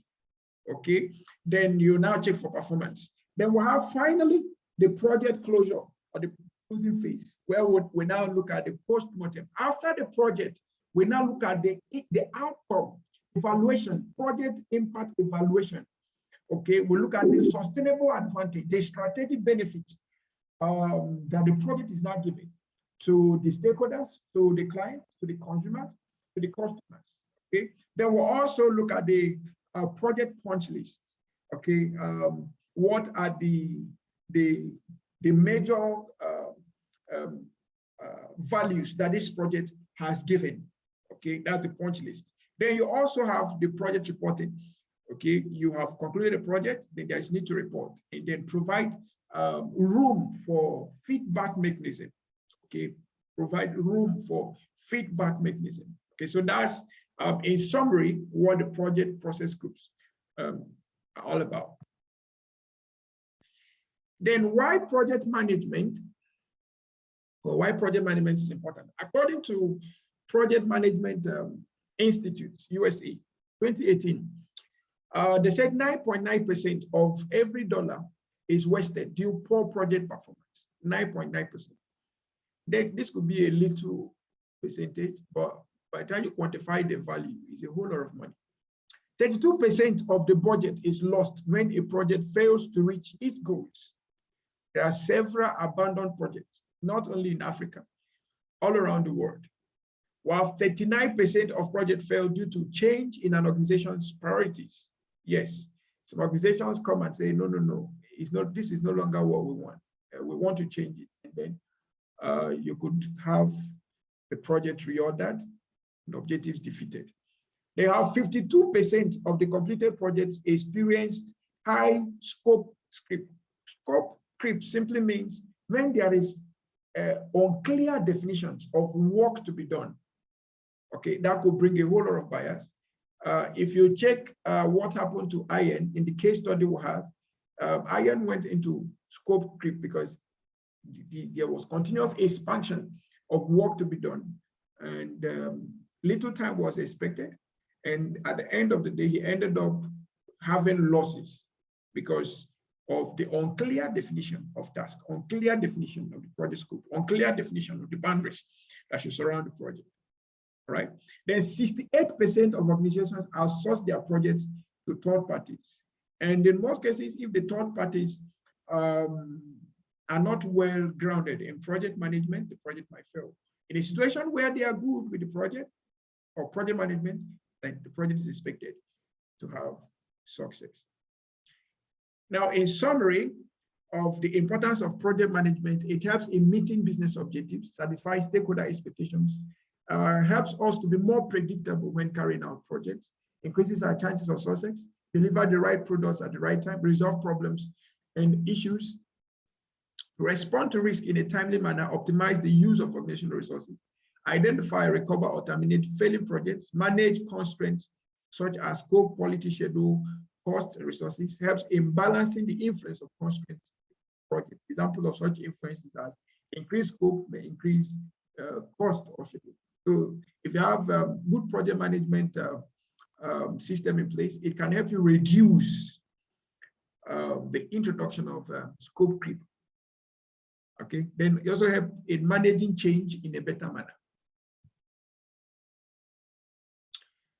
Now, the absence of project management may result in missed deadlines, cost overruns, poor quality management, rework, uncontrolled expansion of the project. And all of this could result from scope creep, poor requirements gathering, lack of resources, unrealistic plan and schedule. It could also lead to loss of reputation for the organization, unsatisfied stakeholders, and failure in achieving the objective for which the project was funded. Now we have the common classes of project failure. We have organizational and planning failures. Okay, organizational and planning failures. Some organizations have projects they want to do, but at the end of the day, the project could not come to the light of the day because of organizational and planning failures. They will have leadership and governance failures. We also have underestimation and analysis failures. Yeah, we will still have to talk about project modeling, where we now talk about estimations and analysis. And if you're not able to model your project right or tailor your project right, there is bound to be failure. They will have quality failures, risk failures, skills, knowledge, and competency failures, and then engagement, teamwork, and communication failures. They will also have market and strategy failures. So all of these things result to market failures. Effective and efficient project management should be considered a strategic competency within organizations. Why? Because it enables organizations to tie project results to business goals. I will repeat this again. Never ever carry on a project that the objective of the project or the goals of the project is completely different from the business goals or the business objective. At the end of the day, obviously, nothing would have been achieved. It enables organizations to compete more effectively in their market, sustain the organization, and then respond to the impact of business changes on projects by appropriately adjusting project management plans. So these are the reasons why project management should be considered as a strategic competency within the organization. I will say this as I round up, that organizations must make it a priority to make sure that their staff, their personnel continuously build competencies in project management, because as it were, project management has become foundational, has become core for any organization that want to really perform in this highly changing and highly competitive market environment or economic environment. So we'll be taking our break right now, and then we'll be coming back by 1 o'clock. But before we go, I have maybe 5 minutes. Is there any question? Any question? Any contribution?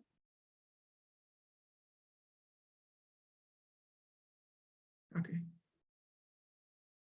Any question? Any contribution? Now, before we go on our break, please, when we reconvene back, we will, before today ends, we will have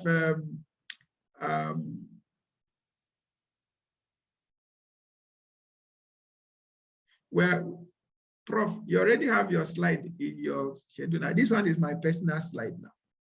This one is my personal slide. You have your slide in the materials you paid for. Okay. You have your PDF slides there already. Okay, so please, when we come back, we'll be having a mini election. The mini election will be having our class governor, and then we'll be having our class deputy governor for this particular diet. And then we are going to have a name for this class, all right? Or for this particular batch. We are going to have our class governor and then deputy governor, and then we're going to give ourselves a name.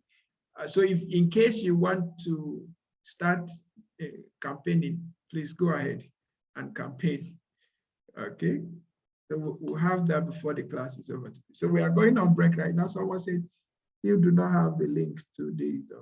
Please, Mr. Roger, have you sent your proof of payment to our email, the finance department? Please, we are returning.